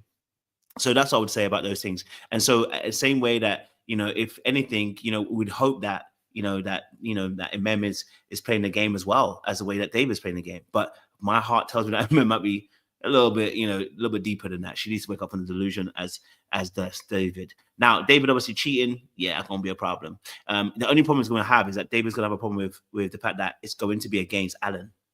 And that Alan being involved in the situations where people will have a problem with David, but they won't care for Michelle. It will, you know what I'm saying to you? And so that will be the difficulty. Depends what's going to happen. We'll see. If he starts gaslighting and stuff like that, it might be a different situation. We'll see how it goes. But it'll be intriguing to see how it plays out, because if she tries to go on like, you can't cheat on me, we're gonna all look at her like, baby, you didn't even want that man anyway. So you shouldn't even be fussed. Okay, next couple we're going to talk about, obviously, it's what the next couple is going to be Thomas and Camille, which I know a lot of you guys, some of you have not forgiven Camille since since Swaggate. So I would love to know some opinions on Thomas and Camille. She made that brother run. He had a hamstring problem. And she forced suicides out of him. I'm just saying, I started looking at her a little bit differently too. I said, damn, they done my boy dirty, as well. But what's you guys' thoughts and ladies' thoughts on this Thomas and Camille situation? Yes, E-Way. I do want to say that was actually delusional and David is fake delusional. That's the difference, Kojo. One is actually delusional and desperate. The other one is plain delusional and desperate. I'm not sure which one's worse. That's for you guys to decide. Camille, I'm trying to let her back in my good graces. We're getting there, but I have to say, as the resident hooper, one of the hoopers on the panel, I don't know if there's any hoopers on the panel. You are waging war, and you have to have a lot of you have to be not the best person all the time. Camille got a little streak, because there's no way you that mad at a man who's 40 plus. Don't let that man stretch. Tell him to go run suicide. See, he pulls his hamstring. It was like, no, still play me one-on-one. That was so wild to me. It was so wild to me. Now, I know he was late and, he didn't want to tell her why. But I think as a woman, we all know that he was basically trying to say, like, I was late, but I was trying to do something for you, whatever. But I was just like, Camille, first of all, I'm a hooper. I get it. I would not be scheduling a hooping date for my 1 month anniversary with someone who don't look like he hoop at all. I don't know when's the last time Thomas hooped, but he does not look like he hoops. So I was confused at that date to begin with. And then when he was late and then pulled his hamstring and then you make him keep playing, like, I was glad he was able to walk that night. Cause I was like, or the next day, I was like, Camille, I don't know. But there are like best hope for a couple. So I'm going to keep praying that they keep trucking along. But I thought that was weird. I ain't gonna lie to you. When I saw Camille in the gym, shooting them J's, I actually wanted to see her and C-Ray one-on-one. I wanted to see that. I was like, yeah, this would be a nice little game right here. I want to see this. Because her jumper was smooth. I ain't gonna lie. It was a little smooth. I was like, okay. She played. Very smooth. But it was, yeah. A part of me does want to give Camille grace. On the other hand, nah. Because she's still moving kind of suspect to me. Just it was very weird. She really got upset at him for being late to the gym when he said, yeah, I had a good excuse, whatever. To my mind, obviously, I was like, okay, it's got something to do with their anniversary surprise. Obviously, I knew that off rip. But she was like, oh, no, I got to make you pay for it. And she was serious about it. It wasn't even a joke. She was serious about it. Girl, you need to relax. She got some underlying anger issues, something going on there. She needs to relax. I don't know what it is. I hate to make this analogy. It's almost like now that she did get it, now she acting a little scatterbrain. What's going on? Like what, possessive almost. Like, I see it. It's a little weird. I'm like, okay, relax. But see where it's right. This seems to be our only hope at this point. I wish him the best. I don't know. I can see there's a part of me. I don't want to say this. There's a part of me I can see Thomas being in purgatory if he continues down the road with her the way she's been acting a little bit. Because just as a man, I'm sorry, it's only but so far you can just let that ride, bro. Like you're gonna have to stand up for yourself, and like, you know what? Nah, you've been just a little bit passive aggressive at me at times, and you need to chill out. But they seem to be on the same page. Everything seems to be going right. She seems extremely happy all of a sudden, which I'm glad for that. I do find it weird. She has not made one weird black comment or the lack thereof, his G-Pass hood card, his blackness, whatever you want to call it, ever since he laid it down. So something going right. Hey, I'm glad for him. I hope everything goes well for them. Thank you, Trey. Who want to take up the mantle? Yourself, Sid. Trey, I know what it is. Camille told us, and I said it before, when Camille is describing the gentleman that she's looking at, I keep seeing her dad. I keep seeing the dark-skinned brother that got some swag. And she said, my dad would drive 3 hours to come to my games. Daddy's showing up, and she's trying to equate, Thomas, you ain't showing up. But she's not listening to him. She's not listening. He also isn't communicating. He could have called and say, hey, I'm running late. I'm doing something special for us. He could have just said that. That's simple enough that any woman that I know would accept. I'm running late. It would tell production too, the cameras don't need to be on right now. We waiting on Thomas. He's putting forth some effort and now he's being punished for it. So yes, I agree with you, Trey. Continuing this route, I can see him being in purgatory every single time he messes up. So I hope he got a good orthopedic or whoever to make sure his tendons and stuff stay right, because he ain't gonna be allowed time to stretch, and then she's gonna ask him to perform later. And if he don't perform later, that's another punishment. But Camille gave him that gift because that's the last of the money left over from giving him that earrings the first time. She should have just held off the earrings till it was the one month anniversary. He did listen. He gave her a personal gift. She gave a couple gift. But yeah, she just spent all her money on. That's why she couldn't get a necklace.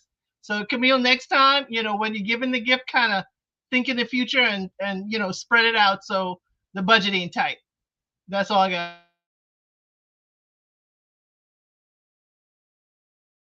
Good points.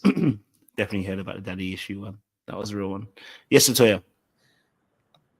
They were supposed to ride together to go play basketball. He told her, let's meet up, indicating that he wasn't going to be there on time because he considered her by saying, hey, I'll meet you there. Where's the grace in that? But also, yeah, she was kind of wrong for having him do that gym exercise. I mean, he needs to speak up, because 40-something knowing you don't really work out at all, like that was a recipe for disaster. Like I hated that for him. But also, she is 10 years younger. Let's see what she's doing when she gets his age. So that's really just that. I mean, I do think that, like someone said, I forgot, she thinks about her dad the entire time when she's thinking about the kind of man that she wants. I do think we kind of got to see a little bit of what swag means to her by her demeanor at the table. I think she likes to kind of, like, because she is the person that speaks up, she seemed like she kind of want that guy where they could sit in the bed and like kiki a little bit, talk about what's going on and like relate and all of that. So it's like, I kind of got that from her a little bit, but I'm like, girl, slow down. He's been really consistent. He kind of alluded that the gift was going to be about you. Like, shut up. And then also, he don't play basketball. Like, I'm tired of people wanting people to like love what you love because your daddy loved it or because your mama loved it. Like, that's not him. Y'all find a common ground, but don't make this the hill you about to die on. Other than that, I'm still rooting for them. The only thing I was really upset about is that the necklace that he got her, that she didn't wear it at the dinner. That was really all I really have to say about that. I'm like, girl, he just bought you this necklace. Why you didn't put it on? But again, he really likes her. He shows it. I'm really still rooting for them. But I do think that the age difference is going to show up further down the line. And I don't think she's going to have grace because I don't think she has any idea of what being 10 years older actually, what it looks like and what it's all about. I don't think she's ever dated a man remotely in that age range at all. That's just that. So yeah, it is going to be pretty tough for him if he don't speak up for himself. Next time you talk to him, let's do some suicide, go sit on the couch right in front of her and say, you got to be out your mind. Other than that, I hope that they make it.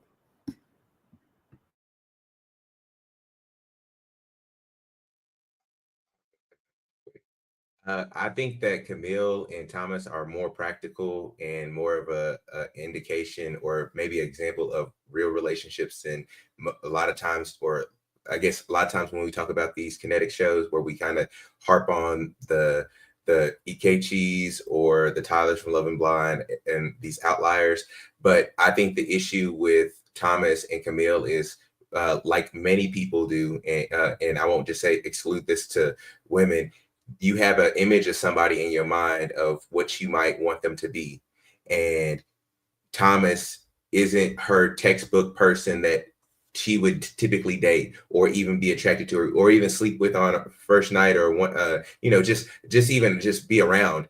And so she's in this relationship because they put them together because they probably would be good matches. And she finally, she gave my boy some and put things back on track. Everything seems kind of good, but she still has that and she's going to be continually fighting with the mind frame of this isn't what I normally like or normally go for. And she's going to be continually comparing Thomas to what she's been dating in the past, plus to whatever superhero, which it seems like she's comparing a lot of people to her dad or what she imagines her dad to be if she was dating him in some sort of situation. But they are the closest thing to being in a relationship. Hopefully she doesn't mess this thing up, because I think Thomas is a couple of bad remarks away from blowing up, because that man, look, his eyes are shifty and drowsy, and he's one bad moment away from really blowing up.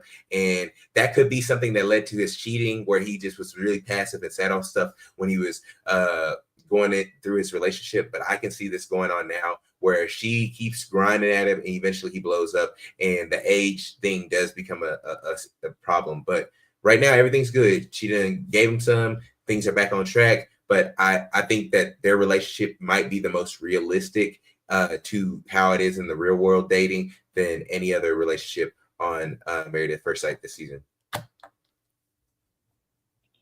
I just wanted to add, where is the sexy? Where is the sexy Camille? I want to see sexy Camille. Where is that? You talking about swag? Where is the sexy? She's always it. Where is the sexy? That's all I got for them. They are our only hope for success. But Camille, where is the sexy? Nice looking. Nice looking. I want to see some sex appeal, some sexiness. The black anniversary dress, Phil. That's about as you gonna get. Yeah. I'm sorry. I'm going to start by saying I do want Camille and Thomas to work out. I really do. I hope they do.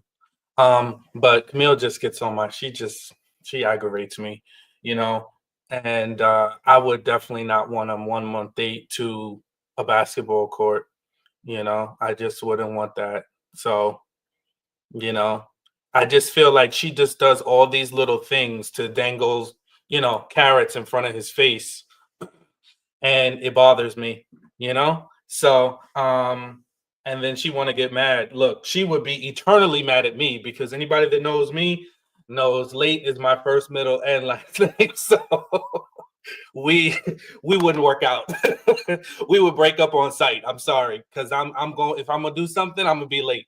Now, chances are you're gonna get a notification from me, but you know, hey, I might be a little late, and I'm not saying it makes me right. That is one of my flaws. So you know, I don't have too many, but that is one of them.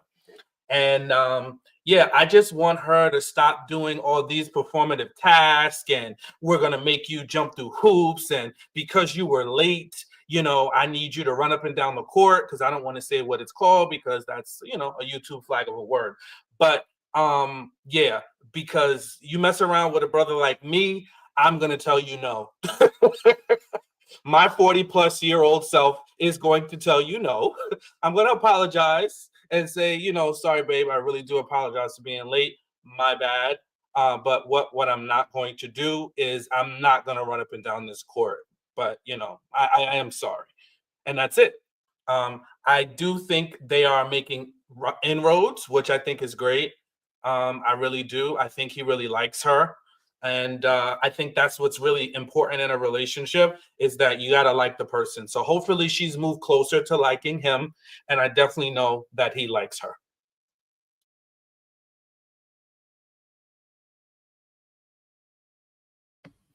Okay. Any other thoughts? Yeah, I'll just quickly say, I actually like them as a couple. I am rooting for them. Camille gets on my nerves. I'm really trying to learn to be objective, but damn, that girl get on my nerves. I'm glad that she has moved past the whole interracial dating, no swag thing, and she's moved on from that. So I'm trying to move on from it as well. But I didn't like how she made him do all the running and try to test him. I think I've noticed a theme where she's doing a lot of testing of him. And she mentioned at their 1-month dinner that this relationship is the healthiest relationship she's ever been in, which is very telling because she definitely comes across as someone trying to, you know, test him in certain ways to see like, oh, is he going to mess up? Oh, is he going to be difficult? Is there going to be a problem? And because Thomas is a little bit more agreeable, can be a little passive at times, she's able to get away with it. But I don't think that is the best way to go about this relationship, because Thomas is either going to quit quietly or he's going to blow up. But at the same time, Camille needs to relax a little bit to allow him to lead, because she's mentioned that she feels like he doesn't lead, or she wants to take her foot off the gas. Then you got to calm down and get your foot off the gas for someone to put their foot on the gas. You have to calm down.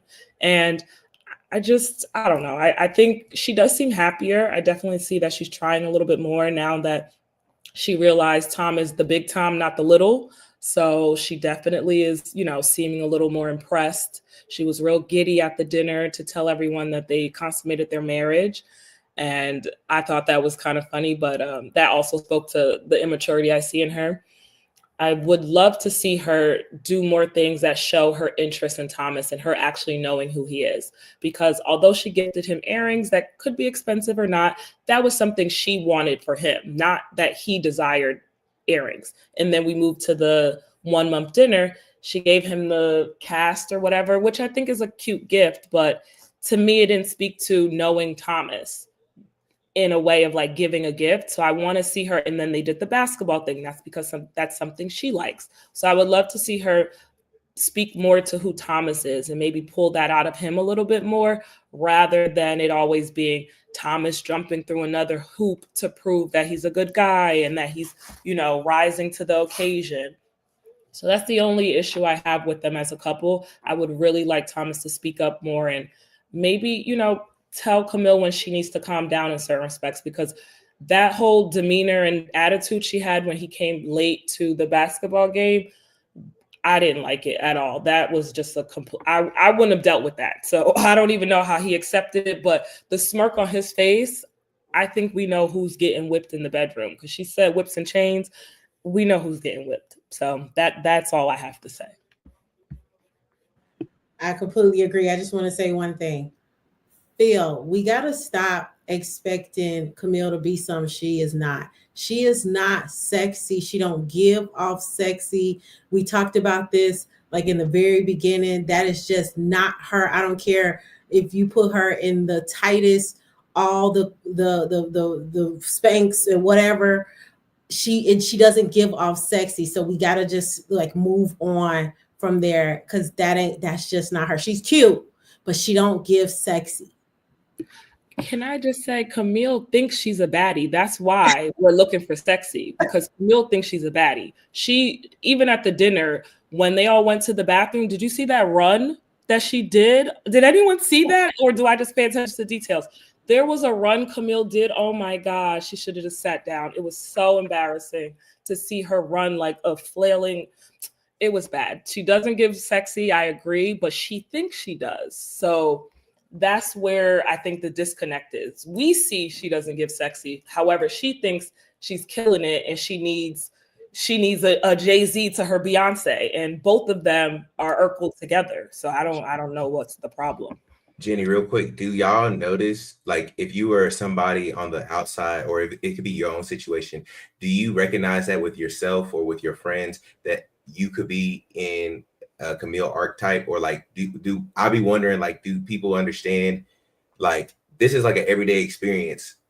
What? Well, I think I get stereotyped differently than Camille. No, not you personally, but like, even if it's don't go down a rabbit hole with him, Jenny. Please, I implore you. Don't. I feel like it's the most realistic, and it's realistic. Why, LC? Why are you saying time out? I feel like it's their relationship is Easton, you're basically trying to let a woman on this panel admit that she thinks she's a baddie and she ain't. Come on, that's a loaded question. We just berated Camille. We just talked Camille about how is on the show. Easton, you're getting personal. I think Camille also berated Thomas. When you talk about someone else's looks, you open up the criticism to your own looks. Thomas could say a lot about Camille if he wanted to, but he doesn't. Even his friends didn't, when she asked, oh, what is his exes like? They could have said a lot of things that would have made her feel a little insecure, and they didn't. They just said, you seem great. Versus her friends, they started saying they're usually darker. They have more swag. It was in a way saying everything you are not. And I don't think Thomas ever led with that. So I think that's what allows us to criticize her looks. That's the only thing I could say is, out of most of the cast, Camille has expressed that she wants somebody with swag to match her swag. And I'm still just trying to see the swag. That's all. I'm pulling it to a point that we said prior to this, whereas if I said that if I was dating, or there's a lot of Camilles out there that might say that they or perceive themselves as badder than what they are, it might diminish you based off of that, because the same things were said about Ikechi. There's a lot of Ikechis out there. I'm saying the same thing is said with Camille. The reason why she thinks she's bad is because her sister's bad, if we're gonna keep it a buck, because her sister is bad. But the problem is that she operates under the same guise and under the same action. It's like she gets in, her sister can get everybody in the club, so she feels like that's her, and it gasses her head up. Where Thomas is a solid, good dude. What pulled out a lot in that relationship was the fact that she said that this is the first real, like, good relationship or something like that she was hanging on to. And that is a thing. Again, I mean, I don't know if anybody, other men on the panel have been the first good guy that a girl has ever dated, but you don't want to be in that position, because it's gonna be terrible. All I'm saying is, do we as a panel, do people in the real world, do they like see this within their friends or people like that, or is it just like above and beyond, and they just keep dating people and just keep acting as if nothing ever happens? We reject your question. It's chaotic. No, we don't need to go down a road of calling Black women or women delusional about their looks, because we don't need to do that as men. We really don't need to be telling sisters about what they do or don't look like. But my point that I want to make, what I've been trying to make, is what I'm upset about, that what Camille did was that she gave that brother a bucket of clay. Now, I feel comfortable talking about how I think that is disrespectful when talking about giving a gift for somebody's 1 month anniversary, because at the end of the day, I think that is just very basic. It is not swaggy, you know, which she's been purporting to, you know, want. And I wanted to see what her gift was going to be. And a bucket of clay was just so lackluster. And I just want better for Camille. I want better for Thomas, you know, because my brother is out here being late and getting expensive necklaces. Sean, Can I just say, Sean, do you remember? I just want to clarify. I'm not saying Camille is unattractive or that we should criticize her looks. I'm saying that she criticizes others when maybe she should reserve that criticism, because Thomas is also reserving his criticism. That is my point. Oh no, Jenny, you're well within your rights. That was Easton. I wanted to stop that conversation. You did it. Women can do it. Women can, you know, break it down and, you know, talk about each other's looks all day. I just really have a reticence when men start to get in that and want to kind of nitpick and tear down women just a little bit, you know. So I just kind of wanted to in a fun way, kind of just re-navigate the conversation. Well, I just wanted to add, Latoya. Sorry, go ahead, Elsim. I'm sorry. I just wanted to, yes, Sean, the bucket of clay, and what just popped up in my mind to remember, there was a couple who did this.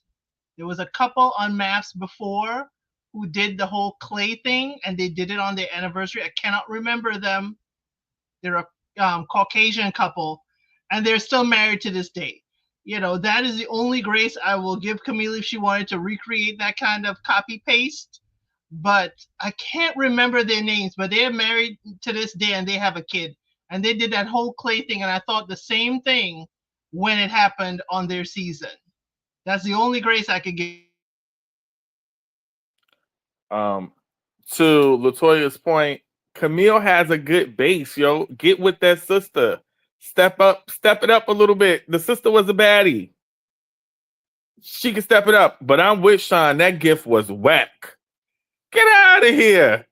That was whack for a 1 month anniversary gift. That was super whack.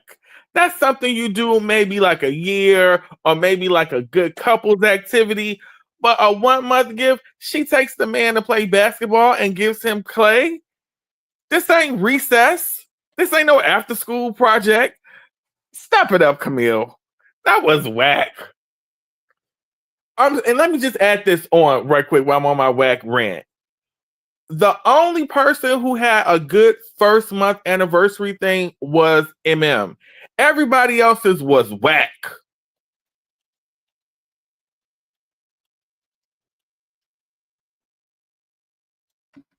Thank you very much, Phil, for that. Any other points about this situation? I mean, I do feel like, you know, she, I think she likes a bit of the dominating energy with Thomas a little bit. You know, so I do need Thomas to just kind of bring it a little bit more assertive energy, learn how to be a bit more assertive. But you know, I think they can make it. Honestly, I do think they can make it. I think she has to learn. If she can learn to appreciate him, I believe that she can make it. You know what I mean? But up to now, it's not given appreciation as of such. I think she might get there, but it's right now it's not there. But yeah, not too much on them. I can't lie to you. I don't have strong feelings about their situation. I just didn't like the fact he got into the basketball court and she made him run up and down when you know he's got hamstring issues. Babe, come on. You're destroying your man out here, my guy. Yeah, he's got hamstring issues. And they definitely were pulled before he even started playing the basketball. You know what I mean? But other than that, I think they'll make it. I think they'll be cool, if I'm honest with you. They have little to no. If the only problem is that you make him run around the court, I think they're gonna be okay. I personally do. Now the gift I think was a little bit boring, but hey, she can work on that hopefully. And yeah, I mean, listen, hey, and she can work on the, you know, I think if she wants to address presentation, I think she can work a little bit on her own presentation a little bit more, you know, give it a little sexy, you know what I'm saying? She'll give us a little something, you know, since she wants, you know, a man to be a particular way as well. So, but that's neither here or there. All right, cool. We're going to move on to the last couple. All right, we're going to move on to the last couple. We're going to talk about Alan and we're going to talk about Madison because, baby, What about Juan? Second to last, Juan and Karla. Sorry, I apologize. You're right. Sorry. Alan and Madison. I want to get you guys' thoughts on this couple. Someone said Austin just got. Addison and Maddie.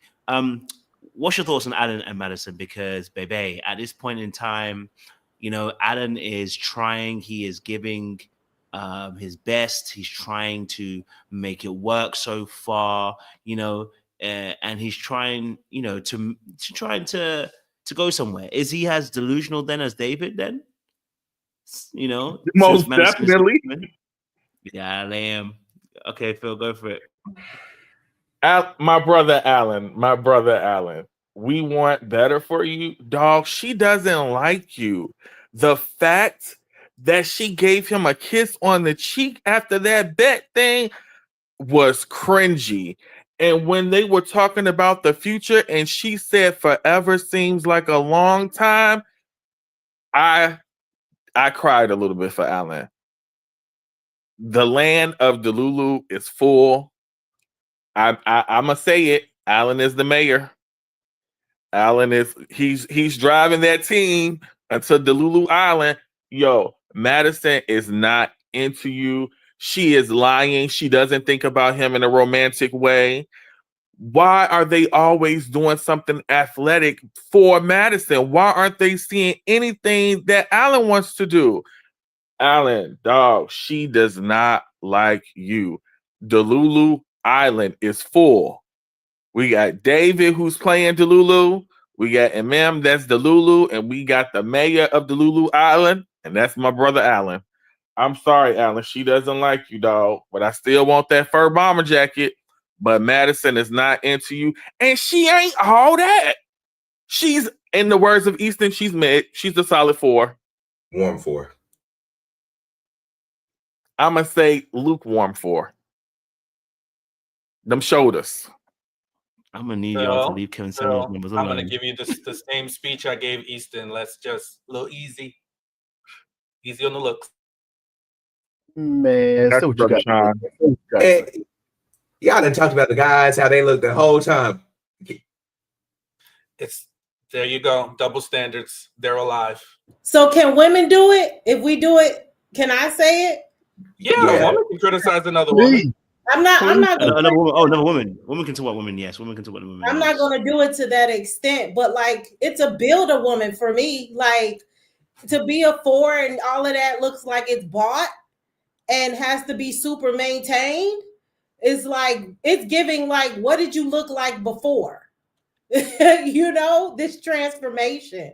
So I'm not really trying to go hard. I think there's something there, but she puts a lot of like money and time into her external appearances. But also when she said, I'm gonna just give you a kiss on the lips, Alan, I would have been like, no go, I'm good, keep that, I'm all right, you know. And it really would have like, the light bulb would have really came on. It should have been on, but the light bulb would have really came on. Like, I'm tired of appeasing this woman. I just really feel, and I don't know if he's still in here or not, but it's like, you can get a woman that looks as good as her, even better, but also has a better heart. You do not have to settle for her. And I just really hate that you could tell that, because you remember he even said, like, it's getting to the point where, like, I'm putting myself out there and I can be hurt. Like, then stop doing that. There's no indication that you should be continue to put yourself out there. And then also, I think she's young. She's still like in her 20s. I don't know if it said 26 or 29. I don't remember, but he's 36. And I think that there's a, age difference between them. It just shows her immaturity. And I'm just tired of her lying in our face, lying in his face. I'm tired of him falling for the okie doke. Like, she don't want you. You are not the guy for her. Again, let her go be with her white king, and he gonna treat her like crap as well. Why do you even want her? She's not even as down as he is. Like, you could tell that if they really together, she's gonna be hanging around black people. And I don't think that she hangs around black people. So she ain't that girl. And I just need for him to like get it in his head and move on. But I'm also okay with it too, because what we're seeing is setting him up for him to have his queen right after this show ends. So I'm cool with it because it's a setup for success for him. But I'm just tired of her and her lies. I was gonna say, I think Alan is in a similar conversation with MM. They're both very delusional, and I think they both came on this show with the best of intentions.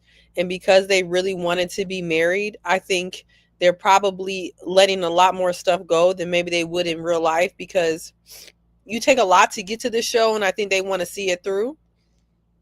And both of their partners, I think, are not being very clear about where they're at. Well, we already know that Ike or whatever has crashed out, and now he's, has shown his full colors. But I think Maddison is still stringing him along a little bit, giving him just enough to hang on to, so he can continue on. And so, I feel bad for Alan. I do think, similar to what I think is going to happen with MM, the good thing about the show is that their character and them being a good person will be seen. And I hope for both of them that they will find, I already heard MM maybe found somebody. I don't know, maybe Alan will find somebody that actually really cares about him. I think that would be amazing. And that's all we can really hope. But yeah, Alan's being delusional, and I would say more hopeful than anything. But at some point, it's like you're going to have to wave that flag. Lastly, we're all Black on this panel. Maddison may be a 4 to us, but for white men, she may be a 7. You know what I mean? Like, I don't know what she is to him. That to him, that's his dream girl. And I think to white men, she may be a dream girl. It's not for us to understand. That's what I was going to say. I was just going to interject real quick. I think that Alan is a textbook nice guy. I don't know what I know that they were talking about like with his mom and dad and how the family situation is, but he's a textbook nice guy where he's doing all the nice gestures and all the things that you might think would garner the love and admiration from somebody that you are attracted to, but it just doesn't work out. And this is the story of a lot of guys. And eventually, whether you get your heart broken, that turns you into a savage, or you get your heart broken, it turns you into a more resilient man.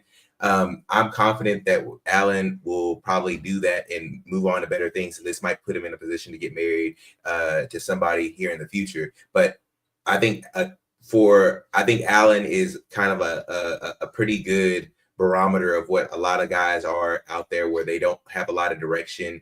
They just keep trying to do nice gestures and trying to show up and do things and be the knight in shining armor. But they're doing that for a Cinderella that isn't a Cinderella.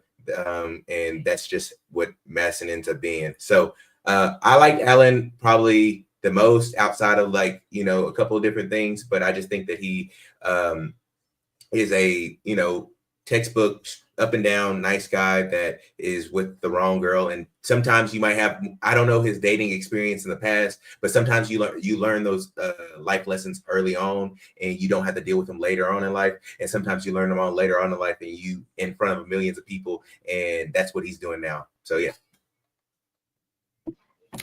I want Alan to stand up and speak up. I just need him to find his voice, because he's mentioned like wanting to kiss her, but his heart starts beating fast and his hands are sweating. You're going to have to push through. You're going to have to push through if you want to get the girl you want. And that will allow you to realize, and maybe he needs that hard rejection. Like at that point, she'll probably say, no, I'm good. I have a man and it's not my husband, but we haven't gotten there yet. He's waiting for her to, I guess, show him that she likes him, but she's never going to do that, unfortunately. So I do feel bad for him, but he's a nice guy who's also a little too timid. And Madison is going to walk right over someone who's timid. Like she wants someone who has the strength, and I think Easton said this a while ago, like a little misogynist. She needs a little misogyny in there. Unfortunately, I could see Madison likes a little toxicity just off of how she responds to Alan. and how she interacts with some of the ladies and the things she said. But I really hate the fact that she expresses everything about her dislikes with a laugh, and then he just laughs back instead of challenging her question. When they were looking at the album and watching their, video and all of that in their apartment, she made a comment about, wow, I can see why I liked you back then. That was before I knew anything about you. That's rude as hell. That's so rude. So now that you know him, you're unattracted to him. That's literally what she said to his face. And he just accepted it instead of pushing back or asking more.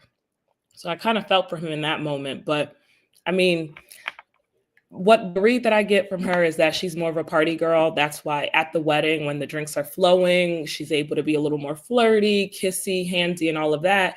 And she sobered up and saw who she's actually married to and figured, oh, I could kind of walk over him. That's not someone I like. If I can change him, then maybe I'll like him. And that's not, that doesn't work. You can't change someone in order to be attracted to them. She wants him to change his physique. She wants him to just do so many different things, and he's trying, but it's still not enough because it just doesn't work like that. You can't change someone and think that they're going to be your perfect person. In reality, you just need to let the chips fall where they may.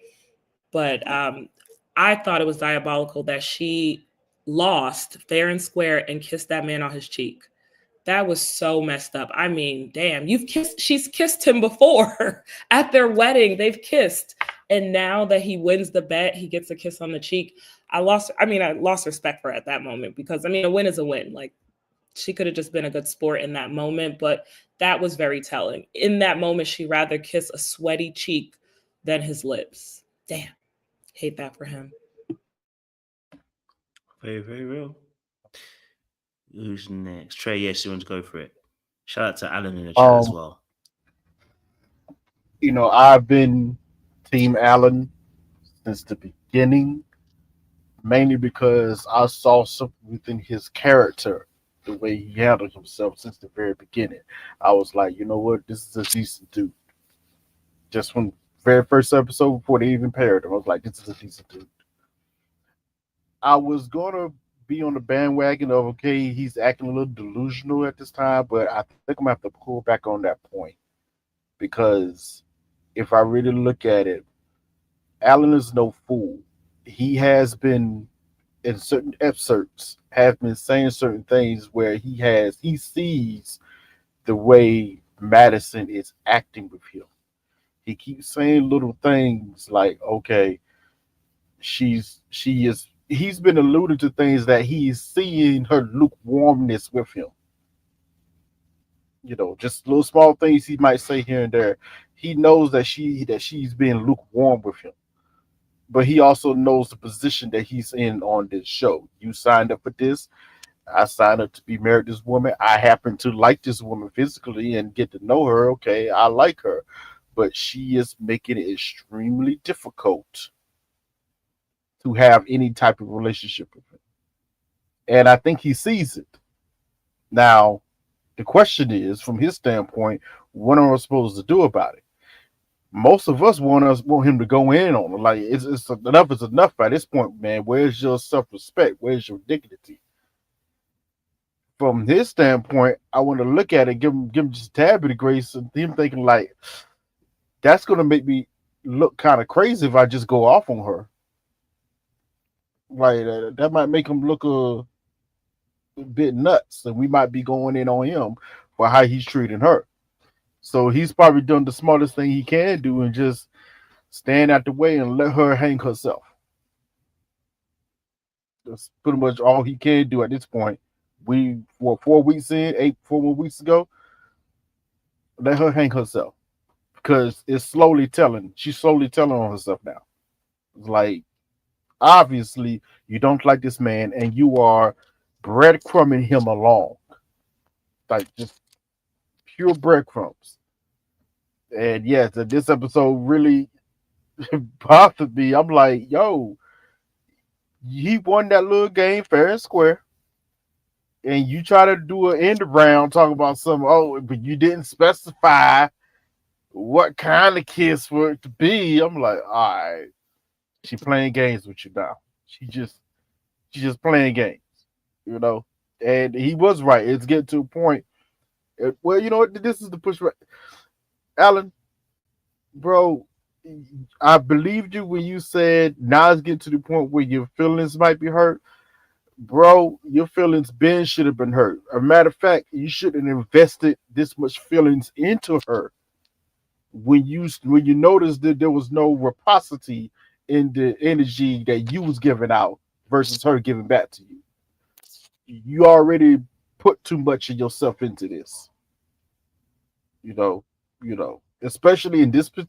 I'm a firm believer in, you get a relationship, give it your all, try your best, be show up as a decent person. But this is a TV show. I'm sorry. Hey, play the player, bro. Don't put as much as into something that she ain't giving it back. No. It needs to be an equal back and forth pull here. I'm sorry.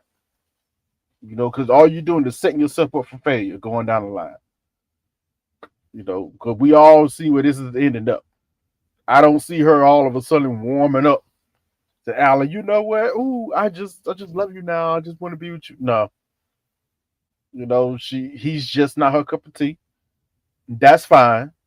The only problem with how she's acting about it, at least she's not being a Michelle or a KG, but she's just placating him.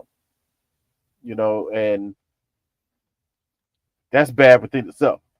Just pulling him along until this all rides out, or she get caught with somebody else, and he punching the air, like he my namesake Trey from from sick of this nigga. I'm sick of this.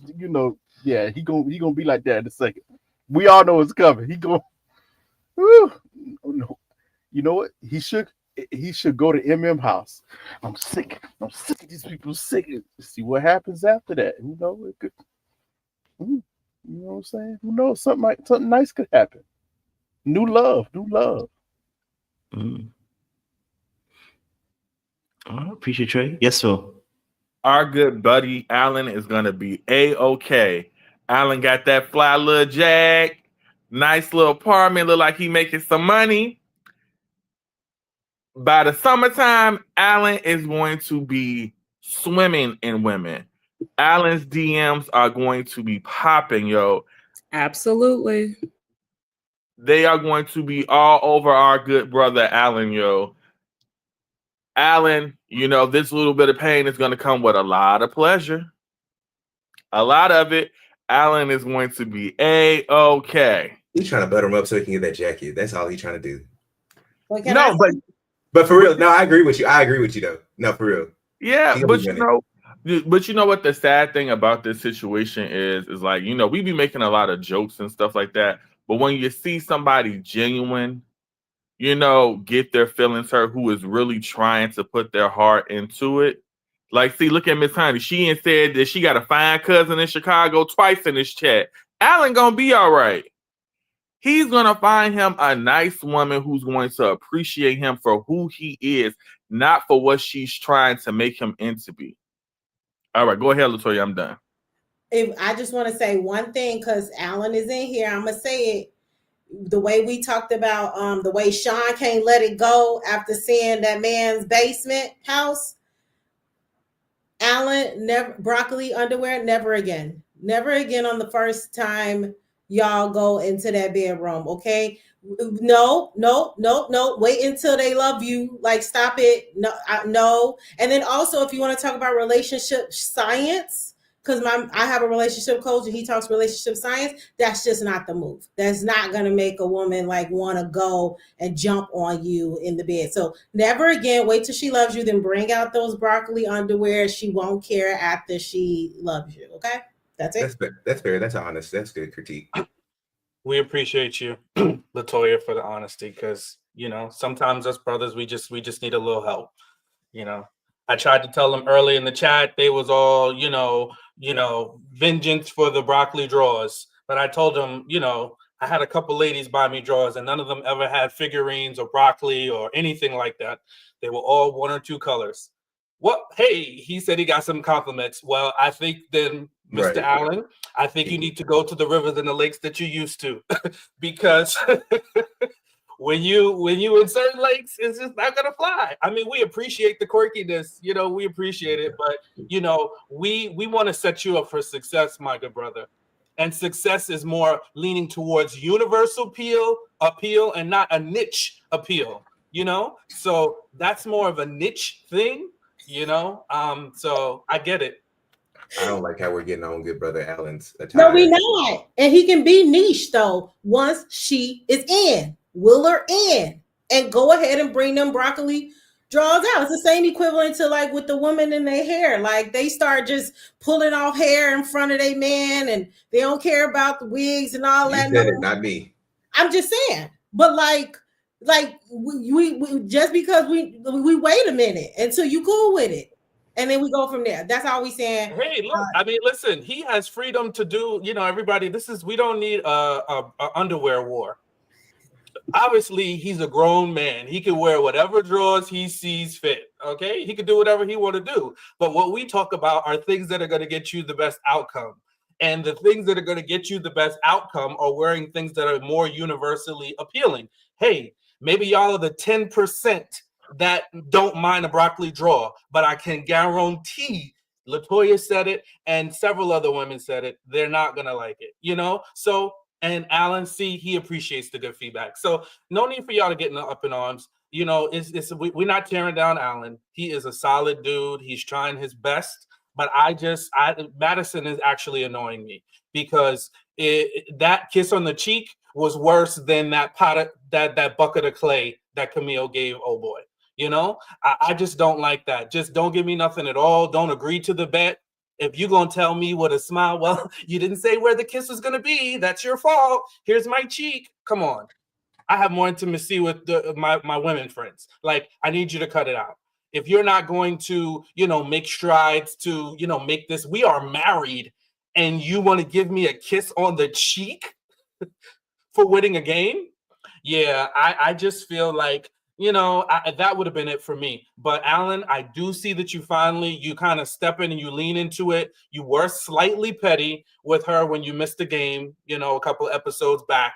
I like that for you. I just wouldn't have admitted it. I just would have, I probably would have gaslit her a little bit, because sorry, I'm not perfect. But the way she be treating you, she deserved it. She deserved to be running up and down that field by herself and you were relaxing at home.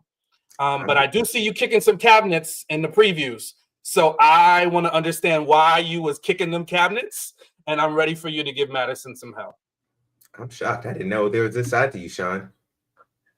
Sean got a dark side. You don't know about it. But listen, I'm gonna tell you something. Someone's I think people, obviously everyone has their idea of what they like in it. Do you get what I'm saying to you? The broccoli boxes are not an issue. I'm gonna say it 100%. The broccoli boxes are not an issue. They're not. You just don't like him. Y'all gonna have to go over that and stop pretending as if that's the issue. The issue is not that it's broccoli boxes, it's that you don't like that man. Because the man that you like, when he wearing the broccoli boxes, you're gonna say it's corny, but it's him and I like him. I just love the fact that he's him, he's wearing the broccoli boxes. So the reality is he doesn't need to change it because that's his personality. See, he just needs to find a person that actually likes him. You know what I'm saying to you, right? And is that simple? Because there are people out there, right, that have a very quirky personality or quirky energy about them. They find the one that likes them and they love it for him. This is the conversation we had, I think, this is Love is Blind, I think, was it last season with Jeremy and old girl, the tall one. She didn't like the fact he wore Hawaiian shirts. Yeah, the next girl did. And then you were crying about the fact that the next girl wanted him. And it's like, when people want you, they like you. And this is what I'm saying to you, like, if it's your personality that you like broccoli boxers or you wear your Pikachu. Hey, I have a Pikachu onesie. I don't give a heck. I'll wear my Pikachu onesie. You gonna tell me something? I'm gonna wear my onesie. It's cold. It's freezing cold in the winter sometimes. I'm gonna put that onesie on. I allow my personality to flourish. If I can't do that with you, I don't need to be with you. Like, we talk about this for women having that safe space to be themselves. You need to have a safe space as a man to be yourself, your full personal self. If you have those aspects of you, be in that relationship with the person who allows you to be you. And when they start encroaching on that space, let them know, hey, this is me. You got to allow me to be me. You know what I'm saying to you? Allow me to be me. If you can't allow me to be me, maybe you're not the person for me, because there is always someone, like I always say this, who wants you for you. The problem is we are allowing ourselves to fit into a square when you're a circle. That person doesn't like all of you. They don't like you. They don't like your personality. They like the idea of you. And many of us have fitted into frames of people who like the idea of us. So we can't be our full self. We can't experiment with our full creativity. Emotional safety, one of the things about emotional safety is actually the ability to fully be expressive creatively. I can't wear broccoli boxers. No, I don't have any. You know what I'm saying to you? But I'm saying I can't wear broccoli boxers. And you gonna feel some way about it, then I can't be fully me. You know what I'm saying to you? So, and she already started with the hats and situations. You can suggest, you can't tell me. You know what I'm saying to you?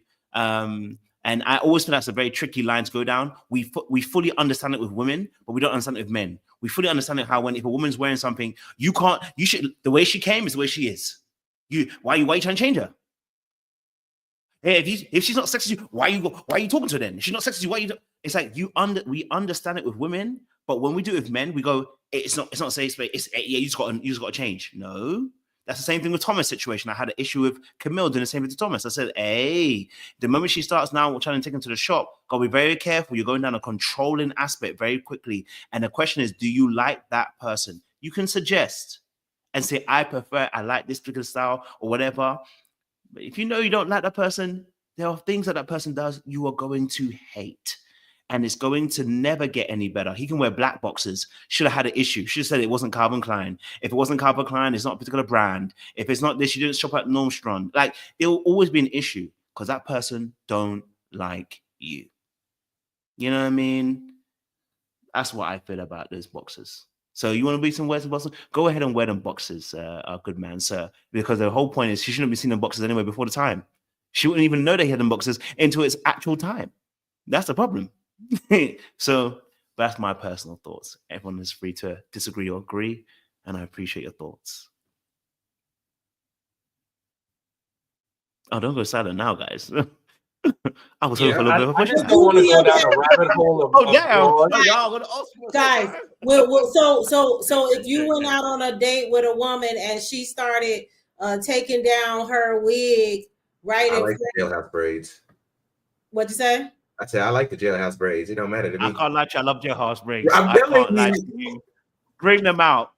I just think that we just don't give the space for guys to operate like that. Like, I love anime, and so if I have an anime shirt on, and if you can't accept me at that, or if I'm wearing my favorite team's jersey, then we shouldn't be kind of connecting on that. But can we admit that bedroom, like, it was the first time they were in the bed. It was given like we're about to cuddle. I'm not saying he can't wear and be himself, but I'm saying, considering you don't know her, she don't know you enough to be like, oh, okay, this is a quirky thing. It's like, I'm kind of like, is this, so who are you, right? I'm not saying he can't do that. I just think it was incredibly premature to show the personality in that way in the bedroom. That's all I'm saying. Wear broccoli underwear. I'll be cool with it too. I don't know if everybody is actually aware of that or can be aware of that, because we are used to saying, hey, if you can't accept me for who I am, then we probably don't need to be talking. Because I have caught the wig braids early. Even when I think, whoa, why have you gotten so comfortable with me? We're not even on there yet. And yet I can't help it if I provide an air of comfortability around me. You know, I'm easy to talk to, like talking to me. We're going to have a great time. Next thing I know, she's snatching the wig off. Like, whoa, we just met. Can I just say, I think it was a cop-out. She brought that answer out of thin air. Oh, I think it was the broccoli drug. Okay, well, what's next? Oh, he doesn't work out. Oh, his sense of humor. Fast forward a month, she's making the same jokes that he makes. So I think it was a cop-out. She just picked something to say, because if it was somebody else who had the broccoli draws on, who went to the gym every day or 5 times a day, maybe she wouldn't care. But I honestly think it was a cop-out. She just chose something, and she honed in on maybe his quirky dressing, because once she got to his home and toward his closet, she realized, oh, he doesn't really dress that crazy. So to even still harp on it and be turned off this entire time, I mean, my goodness, if you really like the person and they wore something you didn't like, does that now mean you don't like them? You can't like them again, or the spark can't come back? So yeah, I just think it was a cop out. But I will say, let's, play it safe. We're going for sexy, not. I'll leave it at that. Yeah, and notice I never talked about his underwear in comparison to how she felt about it. Notice I never made that comparison, because whatever with her, I'm just saying in general. Right. I'm saying she brought it up as an excuse, and that's kind of how it became a topic, because we never knew why she didn't like him. And then she said, well, I think it was when he wore those underwear. Girl, was it the underwear? I just don't think she has she's good at articulating what the issue is.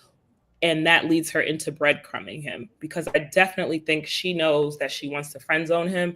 And Alan's going to find someone better in the future, because I still don't think they're the most compatible. So he has a chance of finding love again. I don't know. Madison's a little different, in my opinion, of how she interacts with men. So there's that. But I agree. The broccoli draws can just be a separate topic as far as quirkiness and first dates. But with Maddison bringing it up the way she did, I think she was just grasping at straws to pull something out of thin air to be upset with him about or complain about, when in reality, it was not the biggest deal. If someone said, yeah, Mufasa had them, yeah, we will be okay. We would absolutely be okay with the broccoli. Everybody will be wearing them. It will be a trend, actually. Can I just ask a serious question? When can the wig braids come out? Because we skipping over that. When can the wig braids come out? Immediately. The jailhouse braids come out immediately. My thing is that if you guys are getting all comfy and cozy, doing what grown folks do, is the woman supposed to sleep in her wig?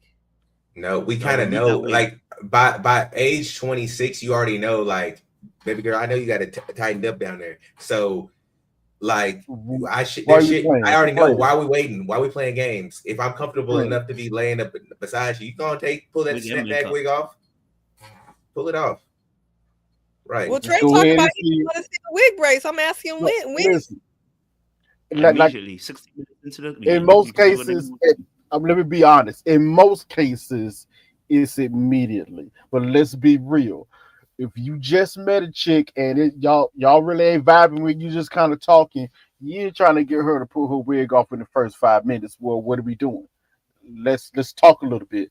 If you like her, y'all vibing like that, oh yeah, it's immediate. Take that junk off. But it's the time and place how you do this.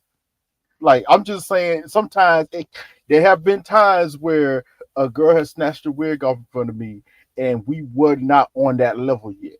And I'm like, okay. Was she fine to you? No. When she whipped that, was she fine to you? You don't matter. You don't care, bro. So don't lie. You don't care. I'm be honest. She was fine, but I wasn't feeling her because her attitude was whack. Okay. So I was like, come on, Trey. You cool, you look good. I want to go there, but your attitude is like, I ain't about to waste this time. I don't even want to smash by this point. I'm because just she got the wig. Oh yeah, she still was taking it. She's just like, hey, you know what I'm saying? And I was like, dang, she's just taking it all off. I guess it's going down. Wait, she took it off at dinner? Was it at dinner or something? Nah, it was at her. Wait, you were in the house already? And she looked at the wig and you didn't like it. You didn't like her, and you need to get over that. That's what I'm trying to say to you. You didn't like her. If you like her, it don't matter. But you don't like her. Went out on a date to your house. Went out on a date. It was the second date. I took her home. She say, "Hey," I say, "Hey, can I use the bathroom before I leave?" She said, "No problem." I was already like, this is probably going to be the last time we see each other, because I wasn't feeling her attitude. It was stank. It was a stank attitude. I roll up in there. We're talking back and forth while I was in the bathroom. Come out, wash my hands, come out, I'm chilling. I'm about to say, okay, how we about to how I'm about to ease up out of here. Next thing I know, she just, what I'm saying? La, la, la. I was like, oh wow. She just taking it all off right now. Okay. Okay, I got you. So it really she really could have waited. It wasn't like y'all were like about to lay down or nothing like that. Exactly. She could have waited. He wouldn't have changed nothing. It wouldn't change nothing. He just said that her attitude was an issue. The hair isn't an issue. Trey, you know the like hair. her. You He conflated the didn't two. like The her. hair. I ain't didn't got have no a issue. problem You with didn't the like her. hair. Yeah, I I just didn't have a problem listen. with the hair. She just ain't had to snatch it off in front of me like that. It was just kind of, whoa, what It you doing? wouldn't change. You just didn't like her. Wait a I minute, don't- Trey. I don't Trey? Did you want to snatch it off like that? Is that the problem? Hey, I've snatched a wig or two. It Is that happens. I know how to Sean, do it talk some without sense to hurting. this boy, please. Hey, whoop, Talk some sense to listen. this boy. I want to hear from Sean. Talk some sense to this boy. Yeah, The ultimate I was wig snatcher. willing to concede being wrong if we could get off the draw conversation, but now we done got on wigs. So, yeah, I just think there's times when people will, make recommendations for things that they rather prefer to see their spouse in. I don't think that makes them not like the person. Again, I'm not saying had he wore different underwear that would have changed his outcome. No, that's not the hill I'm willing to die on. And if he has an affinity, and now we've uncovered a whole population of people and women that love broccoli drawers, go off, wear them, and I'll concede to be wrong. But I do think in relationships, when you get to know people and like them, you do make adjustments, or they do make suggestions like, hey, I'd rather see you in this. I like you in that. They're going to buy you things. So, hey, look, everybody knows, thank you, when in Rome, I like my women in heels. And I could love the woman. She could be a 10 out of 10 to me. But if she wears flats, I'm going to buy her some heels.